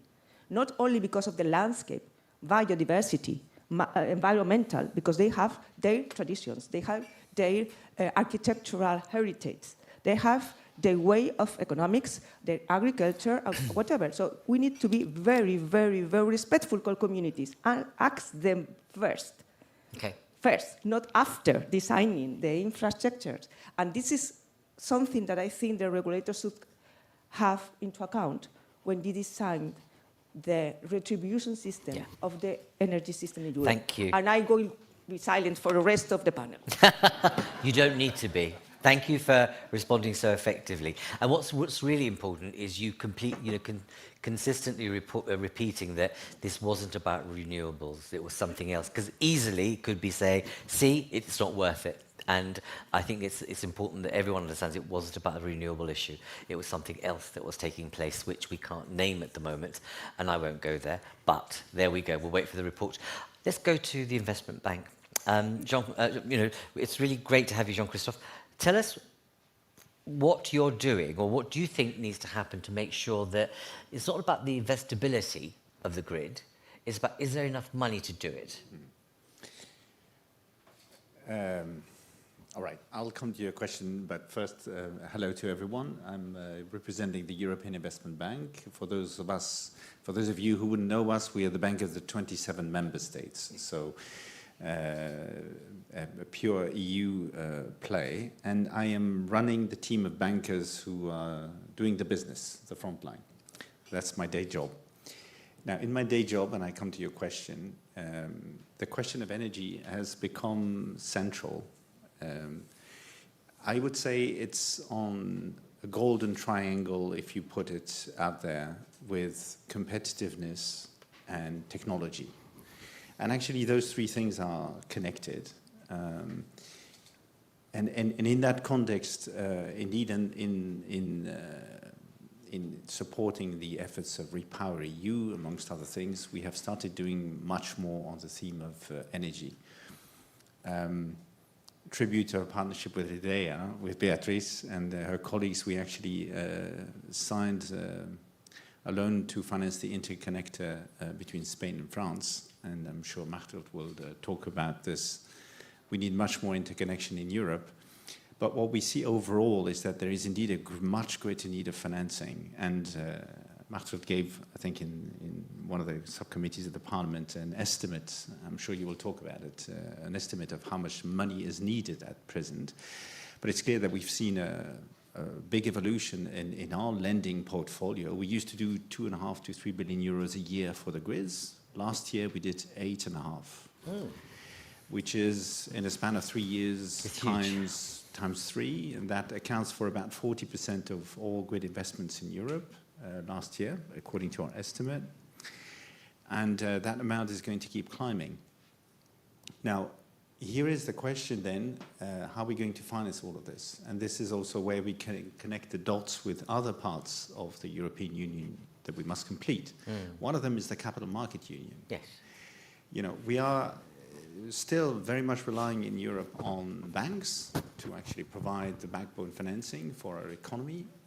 But it is clear at the moment that the banks are going to, even if, as you said, there are safe investments with large companies like Redeia that either have implicit or explicit support of the state, it is clear that at some point, with the accelerating investment pace, we are going to run out of fuel, we, the banks, including the EIB, by the way, on our ability to take individual exposure on transmission system operators, on distribution system operators, because you can't pile up finance to the infinite, right? We all have a certain limit in the concentration that we can have on single obligors, on single names, and also on a particular sector. So therefore, going forward, we're also going to have to find a smart way to transfer some of this risk into other players on the financial system. And this is actually where the Capital Market Union should, hopefully, progress and allow us to more easily transfer this type of risk from one type of investors, banks, to other types of investors, like, you know, institutional investors, pension funds and others, who are actually quite who have got quite some appetite for these types of long-term investments. But at the moment, it is clear that it is very difficult for an institutional investors in country X to take a risk on assets in country Y in Europe, because the legislation is different, because it is very difficult for capital to actually transit and for this transfer of assets to take place. So at present, yes, there is enough money, but indeed, given the toweringly high amounts that we need, at some point we might run out of money from the traditional pockets of financing that generally serve that particular sector. We in the European Investment Bank have continued to stretch our balance sheet. We have announced a grids package also in the context of the initiative launched by the Commission. It's, by the way, not only the transmission system operators and the distribution system operators, it's the whole supply chain. Cable operators, for example, at the moment represent a real bottleneck. We've signed 250 million, I think, a few weeks ago to Nexans in attempting to also debottleneck the whole value chain. But it's clear that we have a systemic problem to get large amounts of finance through the whole value chain here. Indeed, and so before you do put the mic down, have you considered alternative models? Because what you set out is your kind of straight direct route, and let's put money into kind of great build capacity, developments and connectivity. But every time you get a better grid connection and infrastructure, there's a saving to the public taxpayer, there's a potential saving to the customer, consumer, and a saving for the private sector. And that seems like right for a special purpose vehicle or a social impact bond or some sort of, pooled fund that operates with public-private partnership. Well, it's an interesting idea, but we don't see it flying yet. We see some ESCOs, some companies specialized in financing, actually, energy investments through the savings actually made on energy efficiency mostly. But the model that you have just mentioned at the moment is not reflected yet in bankable projects, call it like that, or bankable operations. I think, honestly, part of the answer to that on how we will do it will also depend on the rate of integration of the market at European level. And at the moment, the market is still way too fragmented, where the prices actually still differing way too much from one region to the other, so that you can't, take the example of the Bay of Biscay interconnection. It brings Spain from 2.5% to 4% interconnection rate on the whole system with France. It's still too small to actually say that actually it brings uniformity also in the way prices are formed and in the way exchanges are happening. So it's very difficult to actually build a business model based on a very fragmented market on that. Sure, and also the data, I suppose, is not there in terms of being able to really verify the savings and impact that might happen because it's measured so differently across countries. But, there's something about there might be a tourist map for energy in prices in Europe, and say, actually, I'll go to Spain because it's cheaper, rather than live in France. But, that's one of the traps of this situation we find ourselves. But it's better weather as well. Indeed. Bruno, good to have you back. Well Kent, a member of Parliament. Tell us what role you think the Energy Union has on this agenda, and how, from your reading of the politics at the moment, is there a sense of urgency taking place inside? You can take whichever way you want. Well, that's many questions, but well, first of all, there is a tourist map of energy prices in Europe. Especially for electricity, I've only just seen it yesterday. Really? Yes, Acer has a very nice slide of it with prices, and one of the conclusions from that map is also the reason why we're having difficulties getting to agreements on investments. In the Nordic countries, electricity prices are spectacularly low. In Western Central Europe, they are pretty reasonable. In Southeastern Europe, they are literally 3 times the level that we have in Belgium. And in Belgium, we complain about high energy prices. And part of that is to do with lack of interconnection, lack of a market, but without an interconnection you cannot have a market, and you cannot have alignment of the prices. And even inside countries we have the same discussions. So every government has to justify towards its own consumers the electricity price. Even in Sweden, between the north and the south, there is a very bitter debate going on about the benefits of cheap electricity in the north that is not being felt in the south. So if you want one of the reasons, yes, making a uniform pricing or more uniform pricing will be very nice for some and slightly less nice for others.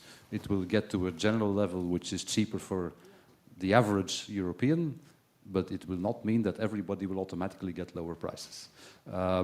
So yes, we need there a market and a way, and financial, especially for grids, ways to finance that, because one of the problems is that the same people who are paying electricity bills are also paying for the grids in the current model. It's one of the things we need to solve, I think. We need to find, when we think of creative ways of financing grids, I think one of the things we need to think of is how do we get them out of the electricity bills of consumers and companies. And I think that should be obvious. We did exactly the same thing for the highways. And electricity grids are kind of the highways for our century for transporting and creating prosperity. We never charged every individual a special kind of money. We never raised a highway tax all over Europe to build the whole e-road system. It's a public infrastructure for the benefit of all. So maybe we should think about getting that out of the cost and finding new financing models. And the funny thing is, you talked about fast-track visa for American bright minds. I think what we first of all need, and what we're already seeing, we need a fast-track entrance for their dollars. Because we are already seeing a move from investors that were in the United States, both in energy production, in renewables, and in infrastructure, money that is becoming available for us if we can provide them with a project that is both beneficial for us and profitable for them. And I think EIB can play a role in that, maybe through more through guarantees than through loans. But we need to find ways. There is money available, and it would solve the problem of the European internal market because it's external money. It's available. We can do that. So let's fast track their cash. The people are coming anyway. I wouldn't worry about that. But I do think we cannot emphasize enough that you mentioned the 7.2 billion. That's only half the story. It's worse. Yeah?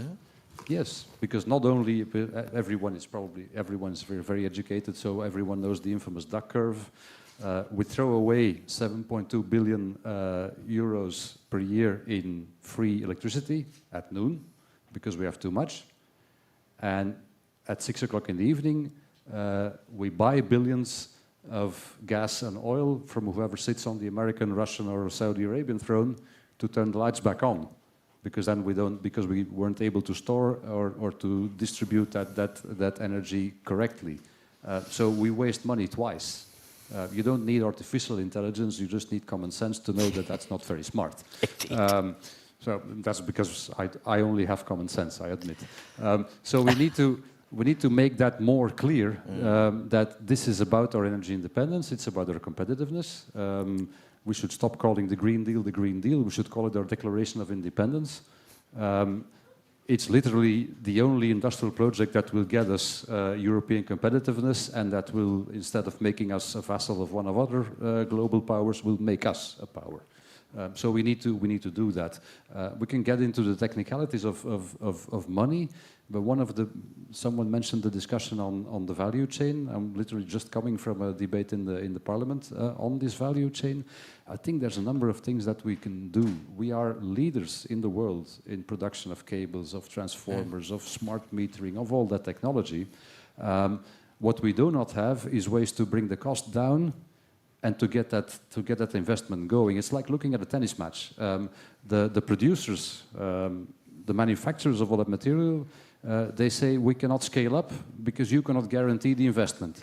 The investors say we cannot guarantee the investment because you cannot supply it in the coming 4 or 5 years, be it a cable or a transformer. So we need to find ways to make a shortcut into that that comes from, first of all, and I'll look at the Commission there, security of investment, certainty about the investment. We need to make sure that everybody knows that the demand will be there, that we're not going to buy and build hundreds of kilometers of pipelines for hydrogen that we don't have, but we're going to build electricity grids for electricity that we do have. That's number one. And second, I think we do need to look at, and that's more a matter for the TSOs, at a lot more standardization. Every individual TSO, every individual grid is a different technology, which complicates manufacturers, which complicates scaling up production, which creates situations where you cannot have interoperability and interchangeability, which is also a security issue, as we have seen in Ukraine in the past years, and which drives up the cost for no good reason. And so if we're looking at the grids package, certainty of investment, good planning of those investments, and for God's sake, please, standardization of equipment all over Europe to make sure that we can bring down the prices, both of the grids and of the electricity, and both go hand in hand. It's simple. Everyone wants simplification. Well, that's simple. No, sure, Bruno, you're always, you're good crack, as they say from Glasgow, in terms of your interventions. But common sense is common sense, right? But we also know that you can have these grand plans, yet it will be at the member state level where things get blocked. And we know that, isn't there time to create a space where all 27 can play without feeling as if their sovereignty is being, knocked sideways? I'll leave you with that thought. But is there a possibility, both in terms of financing, but also some of the standard setting? Because you're not going to get all 27 to do it, but could you proxy it? Could you kind of prototype it with 3 or 4 and see if you can move things forward in that way? But think about that. Over to you. I've got the opportunity and possible time for 2 questions. Who'd like to grab the mic? Excellent, gentleman there. And what about on this side? Great, 2 gentlemen. We'll go with that. Go on. Please introduce yourself. I'm Anar Ahmedzadeh. I'm from Vienna and company Vanadium. We do AI, we do a private stack AI. And we talk a lot about data centers, but there is an alternative for an AI to grow, which is private stack. Now, all data centers, they belong to 9, 10 big companies, and basically they're controlling everything. But there's an alternative future where they might have an AI. For small companies, everybody have their own AI. Meaning that back then there was one big computer of IBM. Now all of us have computers. So AI might go this way as well. Then the grid would be a critical investment and energy price would be much more important. And we need to create a competitive environment for the companies who's doing private AI like we do. And do we have a plans on this? And I think if we do it, the fast track visa won't be needed. They'll find a way. It just make you think, if we were able to give birth to the euro and get the euro to work, and most economies, Belgium, when I speak to people and when I arrived, they say, oh, it was the worst thing ever. Everything went up in price. Yeah, and you hear that story, but we've got the euro. Single market, less of a success. But yeah, it's a good point you're making. Gentleman here. Hello, so my name is Federico. I represent Energy Traders Europe, but I'm also the president of the European Youth Energy Network. But today I ask a question on behalf of Energy Traders Europe. I would like to bring a dilemma on the table, which is the carbon border adjustment mechanism. And I know it's a hard question, but at the moment, on one side, we have the need to integrate more and more, not just member states, but also third countries in the energy union. At the same time, we need to put a price on the carbon of the electricity that we import. And as we currently stand at 3 months before the go live of the CBAM, we know that the electricity imports will be overpriced in terms of carbon. And also there is not a clear, we talk about regulatory certainty, a clear framework for companies to import electricity. So the question to all of you, are you aware of the risk or of the challenges of the application of CBAM to electricity imports? Would you do away with CBAM? Sorry? Would you do away with CBAM? Do you think it's just a silly idea? No, I think CBAM is one of the greatest climate policy ever designed. Like, it's my opinion. I've been working on this in the last year, and I've been very passionate. I think you want to achieve, basically, you want to protect competitiveness, you want to promote the decarbonization in third countries, you want to push third countries in developing their own carbon price system so they don't have to pay for CBAM. So from vision to reality, the vision is great. The reality is very, very complicated, and I'm personally concerned that we won't be able to implement CBAM effectively as 1st of January 2026. So I'm not saying that CBAM should not apply to electricity import. It should apply. Just we need to work more on it so that it can apply a fair carbon price. All right. I'm not going to ask all of you to respond to both those questions at this stage, because there are things I know that other panelists are going to contribute, and you can perhaps wave them, and I'll provide the opportunity right at the end of the debate, because we've only got 27 minutes left, to work through that. But thank you both for your questions, and I promise I won't forget them and make sure people give you an answer. Mexild, it's great to have you back. One of our regulars, and I mean that in the nicest way, and it's important. No, it's important to have you here, and you are, in a senior position, an important position, and it's good to make sure we've got this transmission and engagement. Where's the attention you're paying on the kind of grids package? What's your focus there? What are you going to be doing? So first of all, I think our president spoke about energy independence, about homegrown renewables we need in the current context even more, and about grids and energy highways. Yeah. So we have the highways. We already have them. We have a list of 8.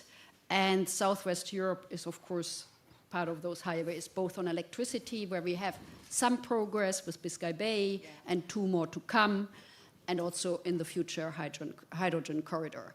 So in the upcoming grids package, what we want to deliver is that with 2 record years on renewables and all the congestion problems we have, and Draghi and others have highlighted them, that the grids are adapted to the future needs.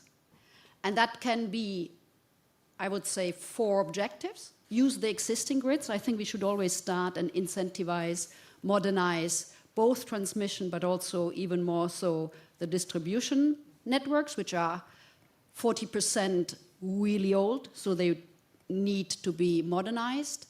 So use efficiently existing grids. Then the programming and planning, we want a European approach. For now, it's very much bottom-up. We work with regional groups. One important one is Southwest Europe.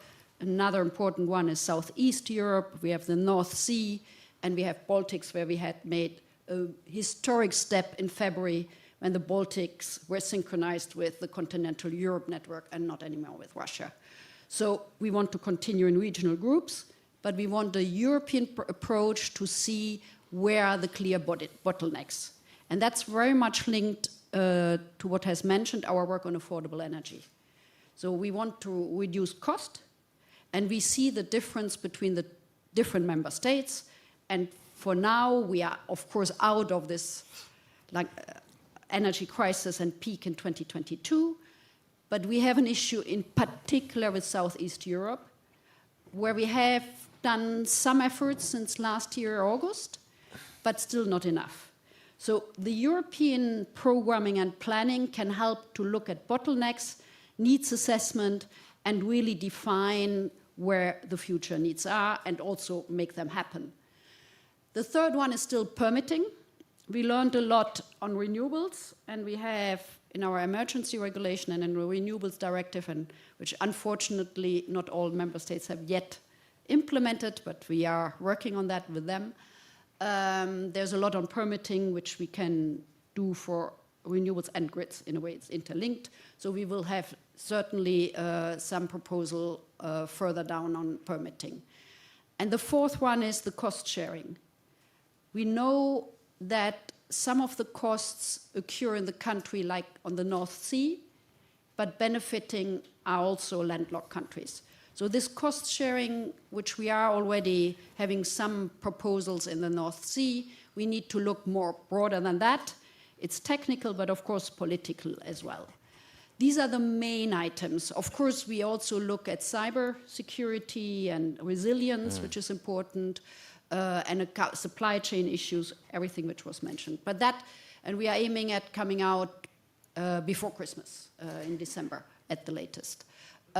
Together with a communication on the highways, but also at grids priority, some guidance there, and most likely with a white paper on the future of the markets.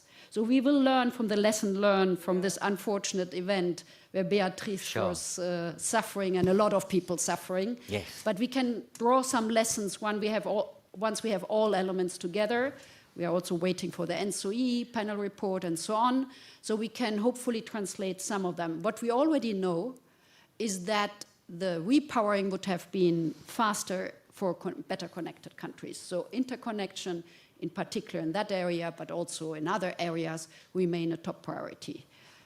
I can take the CBAM electricity if somebody wants. So this is coming 1st of January. We are not in the lead, but of course we are working inside the Commission on how to make it happen. We know that the situation has slightly changed when we look, and I work a lot with the Western Balkan countries, Ukraine, Moldova. They have been doing a lot of efforts on decarbonizing, and we are pushing them very hard on the electricity market integration, which would mean benefits on the EU side, but also on the Western Balkan, Ukraine, Moldova, which are nearly all of them candidate countries. So we are looking at the practicality. It's complex technically, but also we are looking at the benefits, but on the same time, continue to push for decarbonization and electricity market integration. So there's an ongoing debate in the House, also with the countries concerned, UK is another one, how to solve that challenge. Thank you very much for taking that. This is not for you to answer now, but there is this question about the temporal nature of change versus the reality that bites people every day. We know the prices are high at the moment, and we know that there are malevolent forces out there that are really manipulating people to say, move to the right, because actually this bunch doesn't have a clue. And my worry is that by the time we get a new white paper or something in place, we'll get such a shift to the right, unfortunately, unless we do something dramatic to... You know how COVID, we worked to create, opportunities for people to get money whilst they were being, unable to work. There has to be an opportunity whereby a kind of a lifeboat fund of sorts, so that those countries with the highest bills for taxpayers are somehow subsidized, because otherwise you will see definitely a shift, and you know that these players are really well organized and they know what the weaknesses are in the system. You don't have to answer that question now if you don't want to, but if you want to reflect, you can. I think I can answer because it's partly social policies, because the energy price, it's more an energy cost issue, certainly for industry, but also for households. So there is something we had experienced in the COVID, definitely to help the energy poor, like we call them, but really suffering most. But then on the other side, we need the investments. EIB is doing a great work, and others in the sector. So there is something we are looking what can make the system cost bring down so everyone can benefit. And there are already some success stories we had in August last year in Greece, Bulgaria, Romania, peak hours, crazy prices after the sun came down. This year, it was much less. Sure. So we have already identified, but there's more to need to be done. It cannot all be done overnight. No. But, and then there's, of course, the social side and how to communicate to that I to suppose, people. Yeah. I'm sorry, I'm going to interrupt you in the sense that what I was really going on is that energy companies and also tech companies achieved the highest, this is not having a go at you, just reality, the highest profits in a period of 2 years that they didn't have in the 10 years previously. How much profit do you need as a company, and what can governments do? Now, I'm not going to ask you that question, don't worry, Google, but how do you do a kind of a community sense of payback? Because it was a taxpayer that underwrote Europe PLC. Yet it's a taxpayer now still having to burden the weight of high energy prices. Whereas there has to be a different kind of approach, surely a different mindset. Again, just putting it out there for you guys to even reflect on as well. But surely. But I'm not going to ask you that question more, don't worry. I'm really interested in, we heard from Adam in terms of the kind of opportunities AI presents. Do you want to add to that in terms of the work you do? Because you cover MEA and digitalization and energy, energy in particular. What can digital do to support this transition, but also accelerate some of our work on the grid? Yeah, absolutely, and happy to touch on the last question as well. But first of all, thank you for having us here today. Adam and Laura in the previous panel talked quite a bit already about how AI can help accelerate climate and energy across the value chain. So I'll start with maybe zooming in a little bit more on grids and what we can do for grids, but also what do we need from grids to get the future digital and AI industries that we need to rapidly grow in Europe right now from a global competitiveness perspective. Well, on AI applications for grids, I'll give you two quick examples to really give you a more concrete picture of where we can intervene. The first one is for grid operators. And we talked quite a bit already around data and virtualizations of the grid, and you must have heard about digital twins kind of concepts as well. We think there's tremendous opportunity to really accelerate and make our grids much more agile from a decision perspective. At Google, we have a project called Tapestry. They're working on these digitalizations and developing new modeling softwares and forecast tools for grid operators to dramatically increase the speed of decisions and the right decisions on upgrades and in infrastructure investments. The first project is with PGM, which is the largest grid operator in North America. But of course, we hope to expand and apply those learnings very rapidly in our region here in Europe. Another example is closer to home. It's actually with Elia, our grid operator here in Belgium. And they've been using some of our AI cloud tools since last year to actually help forecast the carbon footprint, the carbon content of the electricity produced and consumed in Belgium. And that really helps the consumers, both large businesses, small businesses, but also end consumers like you and I to make decisions on when do you consume, how do you consume, when do you charge your EV, for instance. And so that's really how do we engage not just the grid and all the policymakers that we have here in the room today, but really down to the customers, how do we bring them into this transition as well. And then beyond the pure applications and AI, tools and products for grids, I think as a rapidly growing industries, as large energy users, we do have this role, right, on what can we bring to the grids where we're operating. Yeah. And to your point today, and it might be a bit contentious, but yes, Google and the others are huge profits and balance sheet, and you could say we could maybe buy our way out of that problem by, making ourselves. But today you don't build the data centers if you don't have the communities on board, if you don't have your whole energy supply chain on board with you from grid operators, but also we talked about, supply chain issues. Like there's only so much that will get you, and you really need to have this more ecosystem-centric approach to really develop those 20, 30 years infrastructures. And so for us, it starts with developing AI, but in a responsible manner. And so from a grid perspective, that means how can we get those new data center or factories to be good grid citizens? What is the value we bring to the local grids? So one, we talked about flexibility earlier this morning. This is a huge challenge. This is something that we have to figure out together.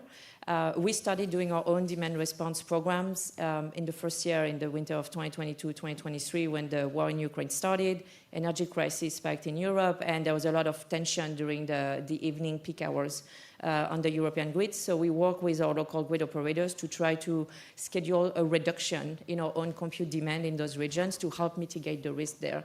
But we know we have to do more, right, as an industry. It is a technical challenge for us because it does impact how we operate, but there are many other tools as well, right, storage and other technologies. So how do we bring the right market tools to do that?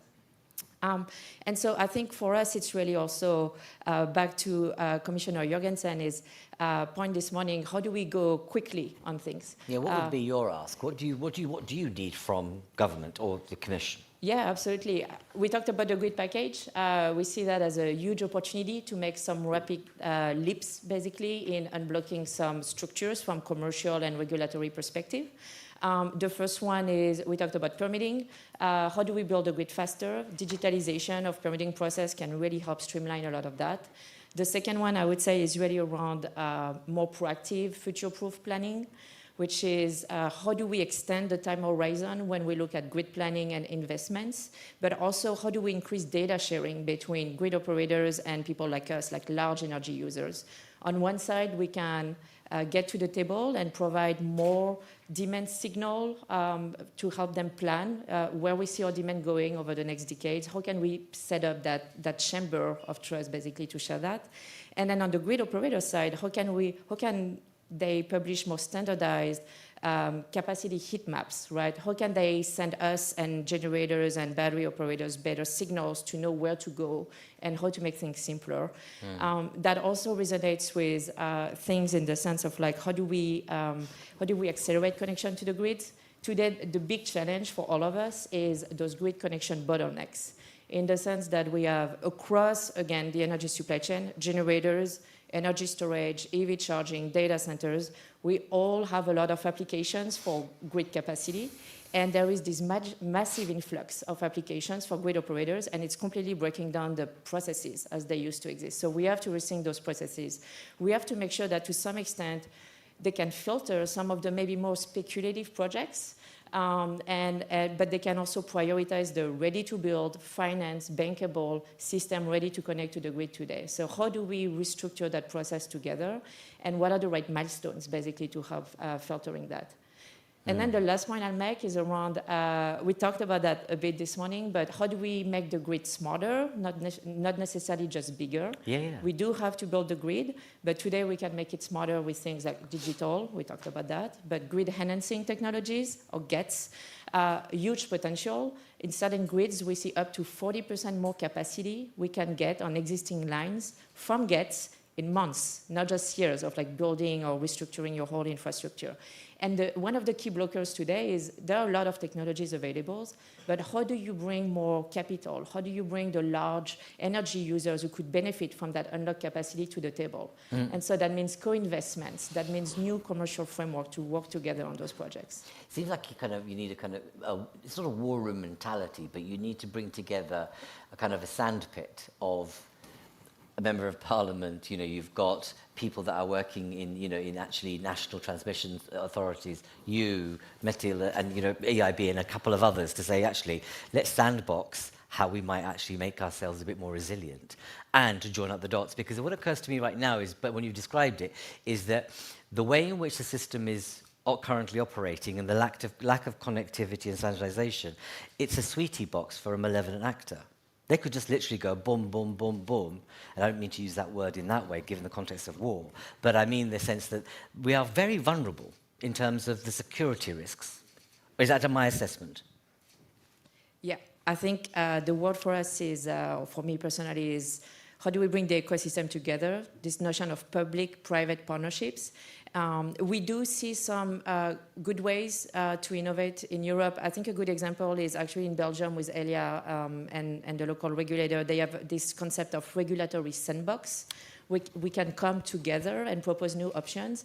And this is how you can bring grid operator, an energy supplier, and a consumer like us together and to try to think through the solutions. And how does that translate into commercial structures that is a win for all the parties at the table? If only that could be transferred elsewhere. Did you want to come in on that point, or did I catch your eye wrongly? You can do. No, just one thought on that. First to say it's very interesting and very much to the question you asked me. I personally have not seen in any of the things we have undertaken so far such a model ready to be banked, actually. But it's very interesting to hear from Google that there is forefront thinking on that, and I'd be indeed very interested to be associated to some of the thinking. I couldn't help but think it is nice to have this public partnership collaboration at country level, but what would be really important is actually here to integrate it at public level, at European level first. Indeed. Yeah. because otherwise you're just going to keep on fragmenting the markets more, because each market is going to develop on top of being fragmented from a price-setting mechanism, from a physical mechanism, from a standardization point of view. Each market is going to be fragmented in the way it interacts with the private sector, which is going to fragment the European market even even more. So it's really important that we actually bring all the European actors together and we try to think European from the beginning onwards, especially if there is the development of such models. Exactly. So it's just showing that that's the beauty of hopefully you coming here, because you get to hear about a Belgium example. But that's not the real issue. It's about how do you scale or transfer knowledge. And I think the point you're making, Jean-Christophe, is that if there was an answer to Jorgensson, it's that take a lead on sandboxing in terms of standardization, and you'll get more wins rather than individual actions, and perhaps you'll accelerate things that are happening. I'm running out of time, and I do not want to not take our last but least speaker. Thank you for being with us. You've been doing a lot of work. You're the director of the Energy Centre at Jacques Delors. You've been following the letter report obviously very closely. A letter is the president of the kind of JDR of France, Paris. So what's your sense about building on the point where you're combining national budgets with European budgets to accelerate stuff? Do we have the mindset or the capability of doing that? And what's your assessment of where we are after the letter report? Well, on grids and electricity. Obviously, when Enrico Letta wrote the reports, he warned us about something. That following the war in Ukraine, following the COVID crisis, we were used to function in a crisis mode. And the risk was that we're going to go back to normal, to business as usual. But the world right now, as it is shifting away, showcases that we can't function as we used to do. And in the last couple of years, in the last couple of decades actually, Europe have gone through some certain shocks. With the debt crisis, migration crisis, recently COVID and energy price crisis. And every time we were told that this was a wake-up call. And every time we were promised that things would change. But little did change. Let me take a concrete example when it comes to internal markets. In 2011, member states asked the European Commission to complete the internal market by 2014. We are 10 years later. And the result is that it's still not completed yet. And we're not on the right track.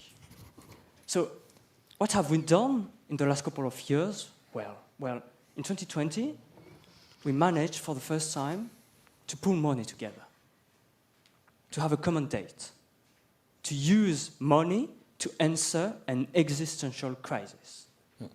Climate change is an existential crisis and requires amounts of money that will need to be pulled together.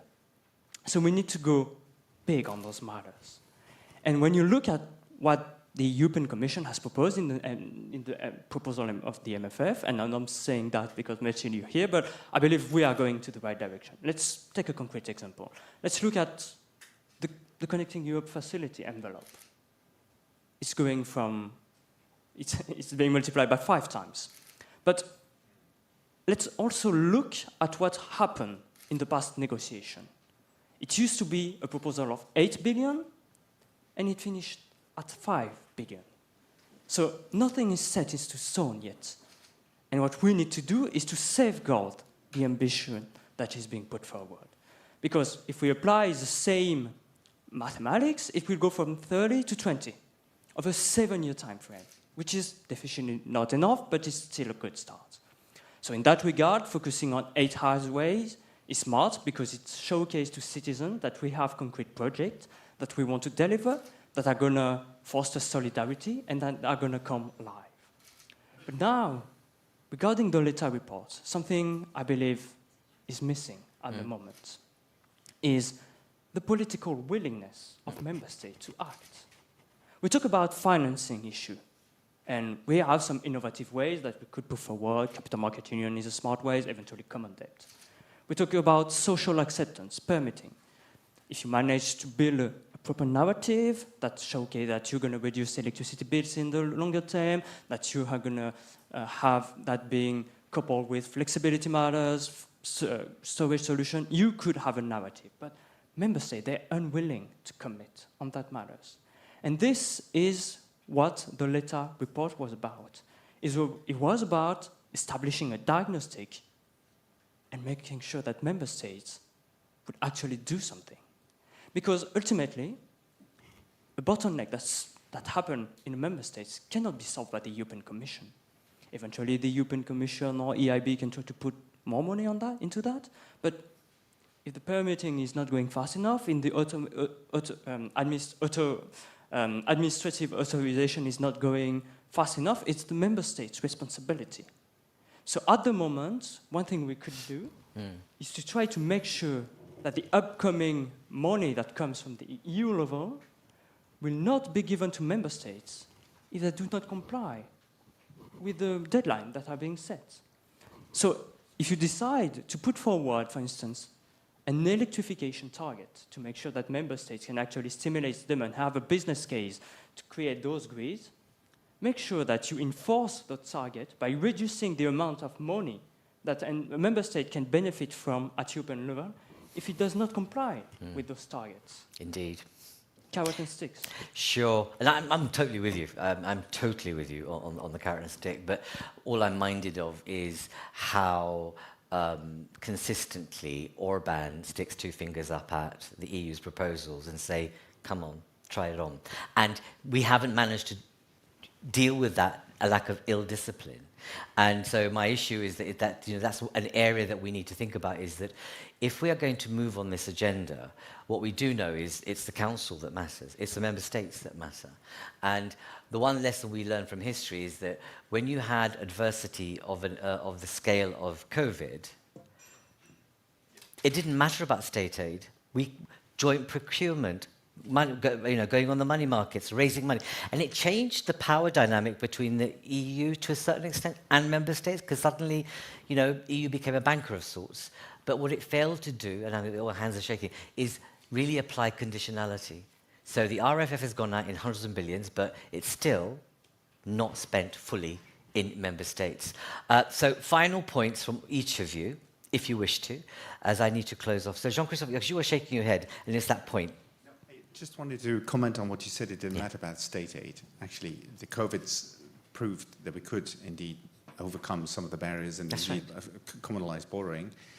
But behind that, we had state aid, actually, where the rules were relaxed, and you could see a huge difference between member states, with 2 member states actually granting 75% of all the state aid, which fragmented the European market even further. So just wanted to put that in perspective. Indeed. I suppose costs and benefits, and whether the benefits outweigh some of those wranglings. Bruno? Yeah, one short point. There's many I could make, but one short point, since you came on COVID, I think the big difference between COVID and what we are facing here is that COVID was a completely new, unexpected situation where everyone was discovering, as we were going, solutions to a problem that we were discovering what it is. It was kind of a blank sheet that we worked on. The problem with electricity, coming back to electricity grids, the problem with electricity grids is that we have a very long legacy of individual countries with individual systems, with individual TSOs, with ingrained cultures, with ingrained technologies, with old habits and old financing structures that all need to be overcome. And I'm very much for being very voluntaristic and very pushy and going very hard. But I do think we need to take into account that there is a breaking point where they will just start ignoring you.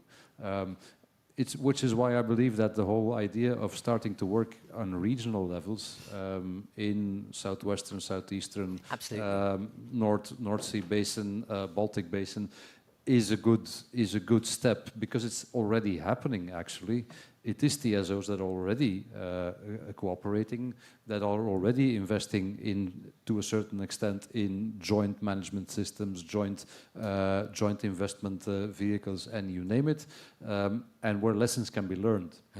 I think the idea of we'll just make it all in one European space all at once is not very realistic. Whatever sandbox you're going to discover, I think there's many sandboxes going on, but you need some levels where you can get started. And Elia has been named a couple of times. I think they're one of the partly because they're also active in Germany because they own 50 Hertz.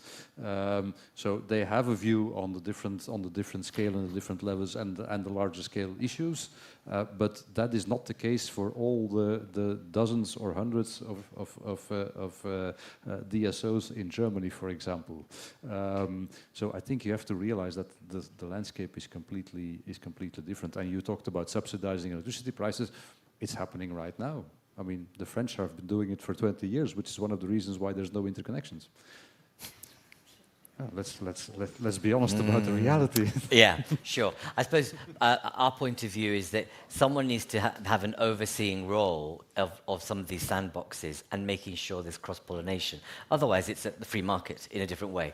And at some point, we need to get a grip on the grid, if you like. But on that note, you know, what worries me is what we've witnessed, and whilst the investigation continues, we've seen what's happened in Berlin, and we know what's happening in different parts of the east of Europe. I just fear that malevolent outages of our system will only create more hate and division, and perhaps it will be that moment when you say about COVID, it's equivalent in the sense, I mean, I was told vivid stories of what's happening in Lisbon and elsewhere where people were queuing because there was no money in the system, and there was the most horrific scenes of people, regardless of their background, could not buy stuff for their kids or for their families, etc. And, you know, just bear that in mind when we think about the fact this is not COVID. You just need about 3 malevolent attacks in big centres that create that urgency. But I don't want to leave you on that note, because, you know, there is happiness in the system. The happiness is that, you know, what you've witnessed today is there is a sense of capability, there is a sense of ideas, and we're not short of good human endeavour and wanting to do the right thing. It's damn politics that always gets in the way, as ever, which never changes. No, not your fault at all. You're a good person in the system. I'm talking about the council. And, you know, at some point, at some point, it has to tilt in the right direction. Thank you all very much for your contribution. Thank you in the usual fashion.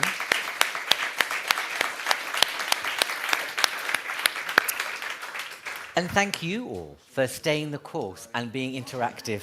And I hope you found this a useful use of your time. Take care. Keep an eye on our website for our next installment of a summit or a policy insight. Thank you very much. And those of you from the Women's Climate Network, I would invite you to go up to the first floor only. Just go up the stairs one step, and we'll meet you there.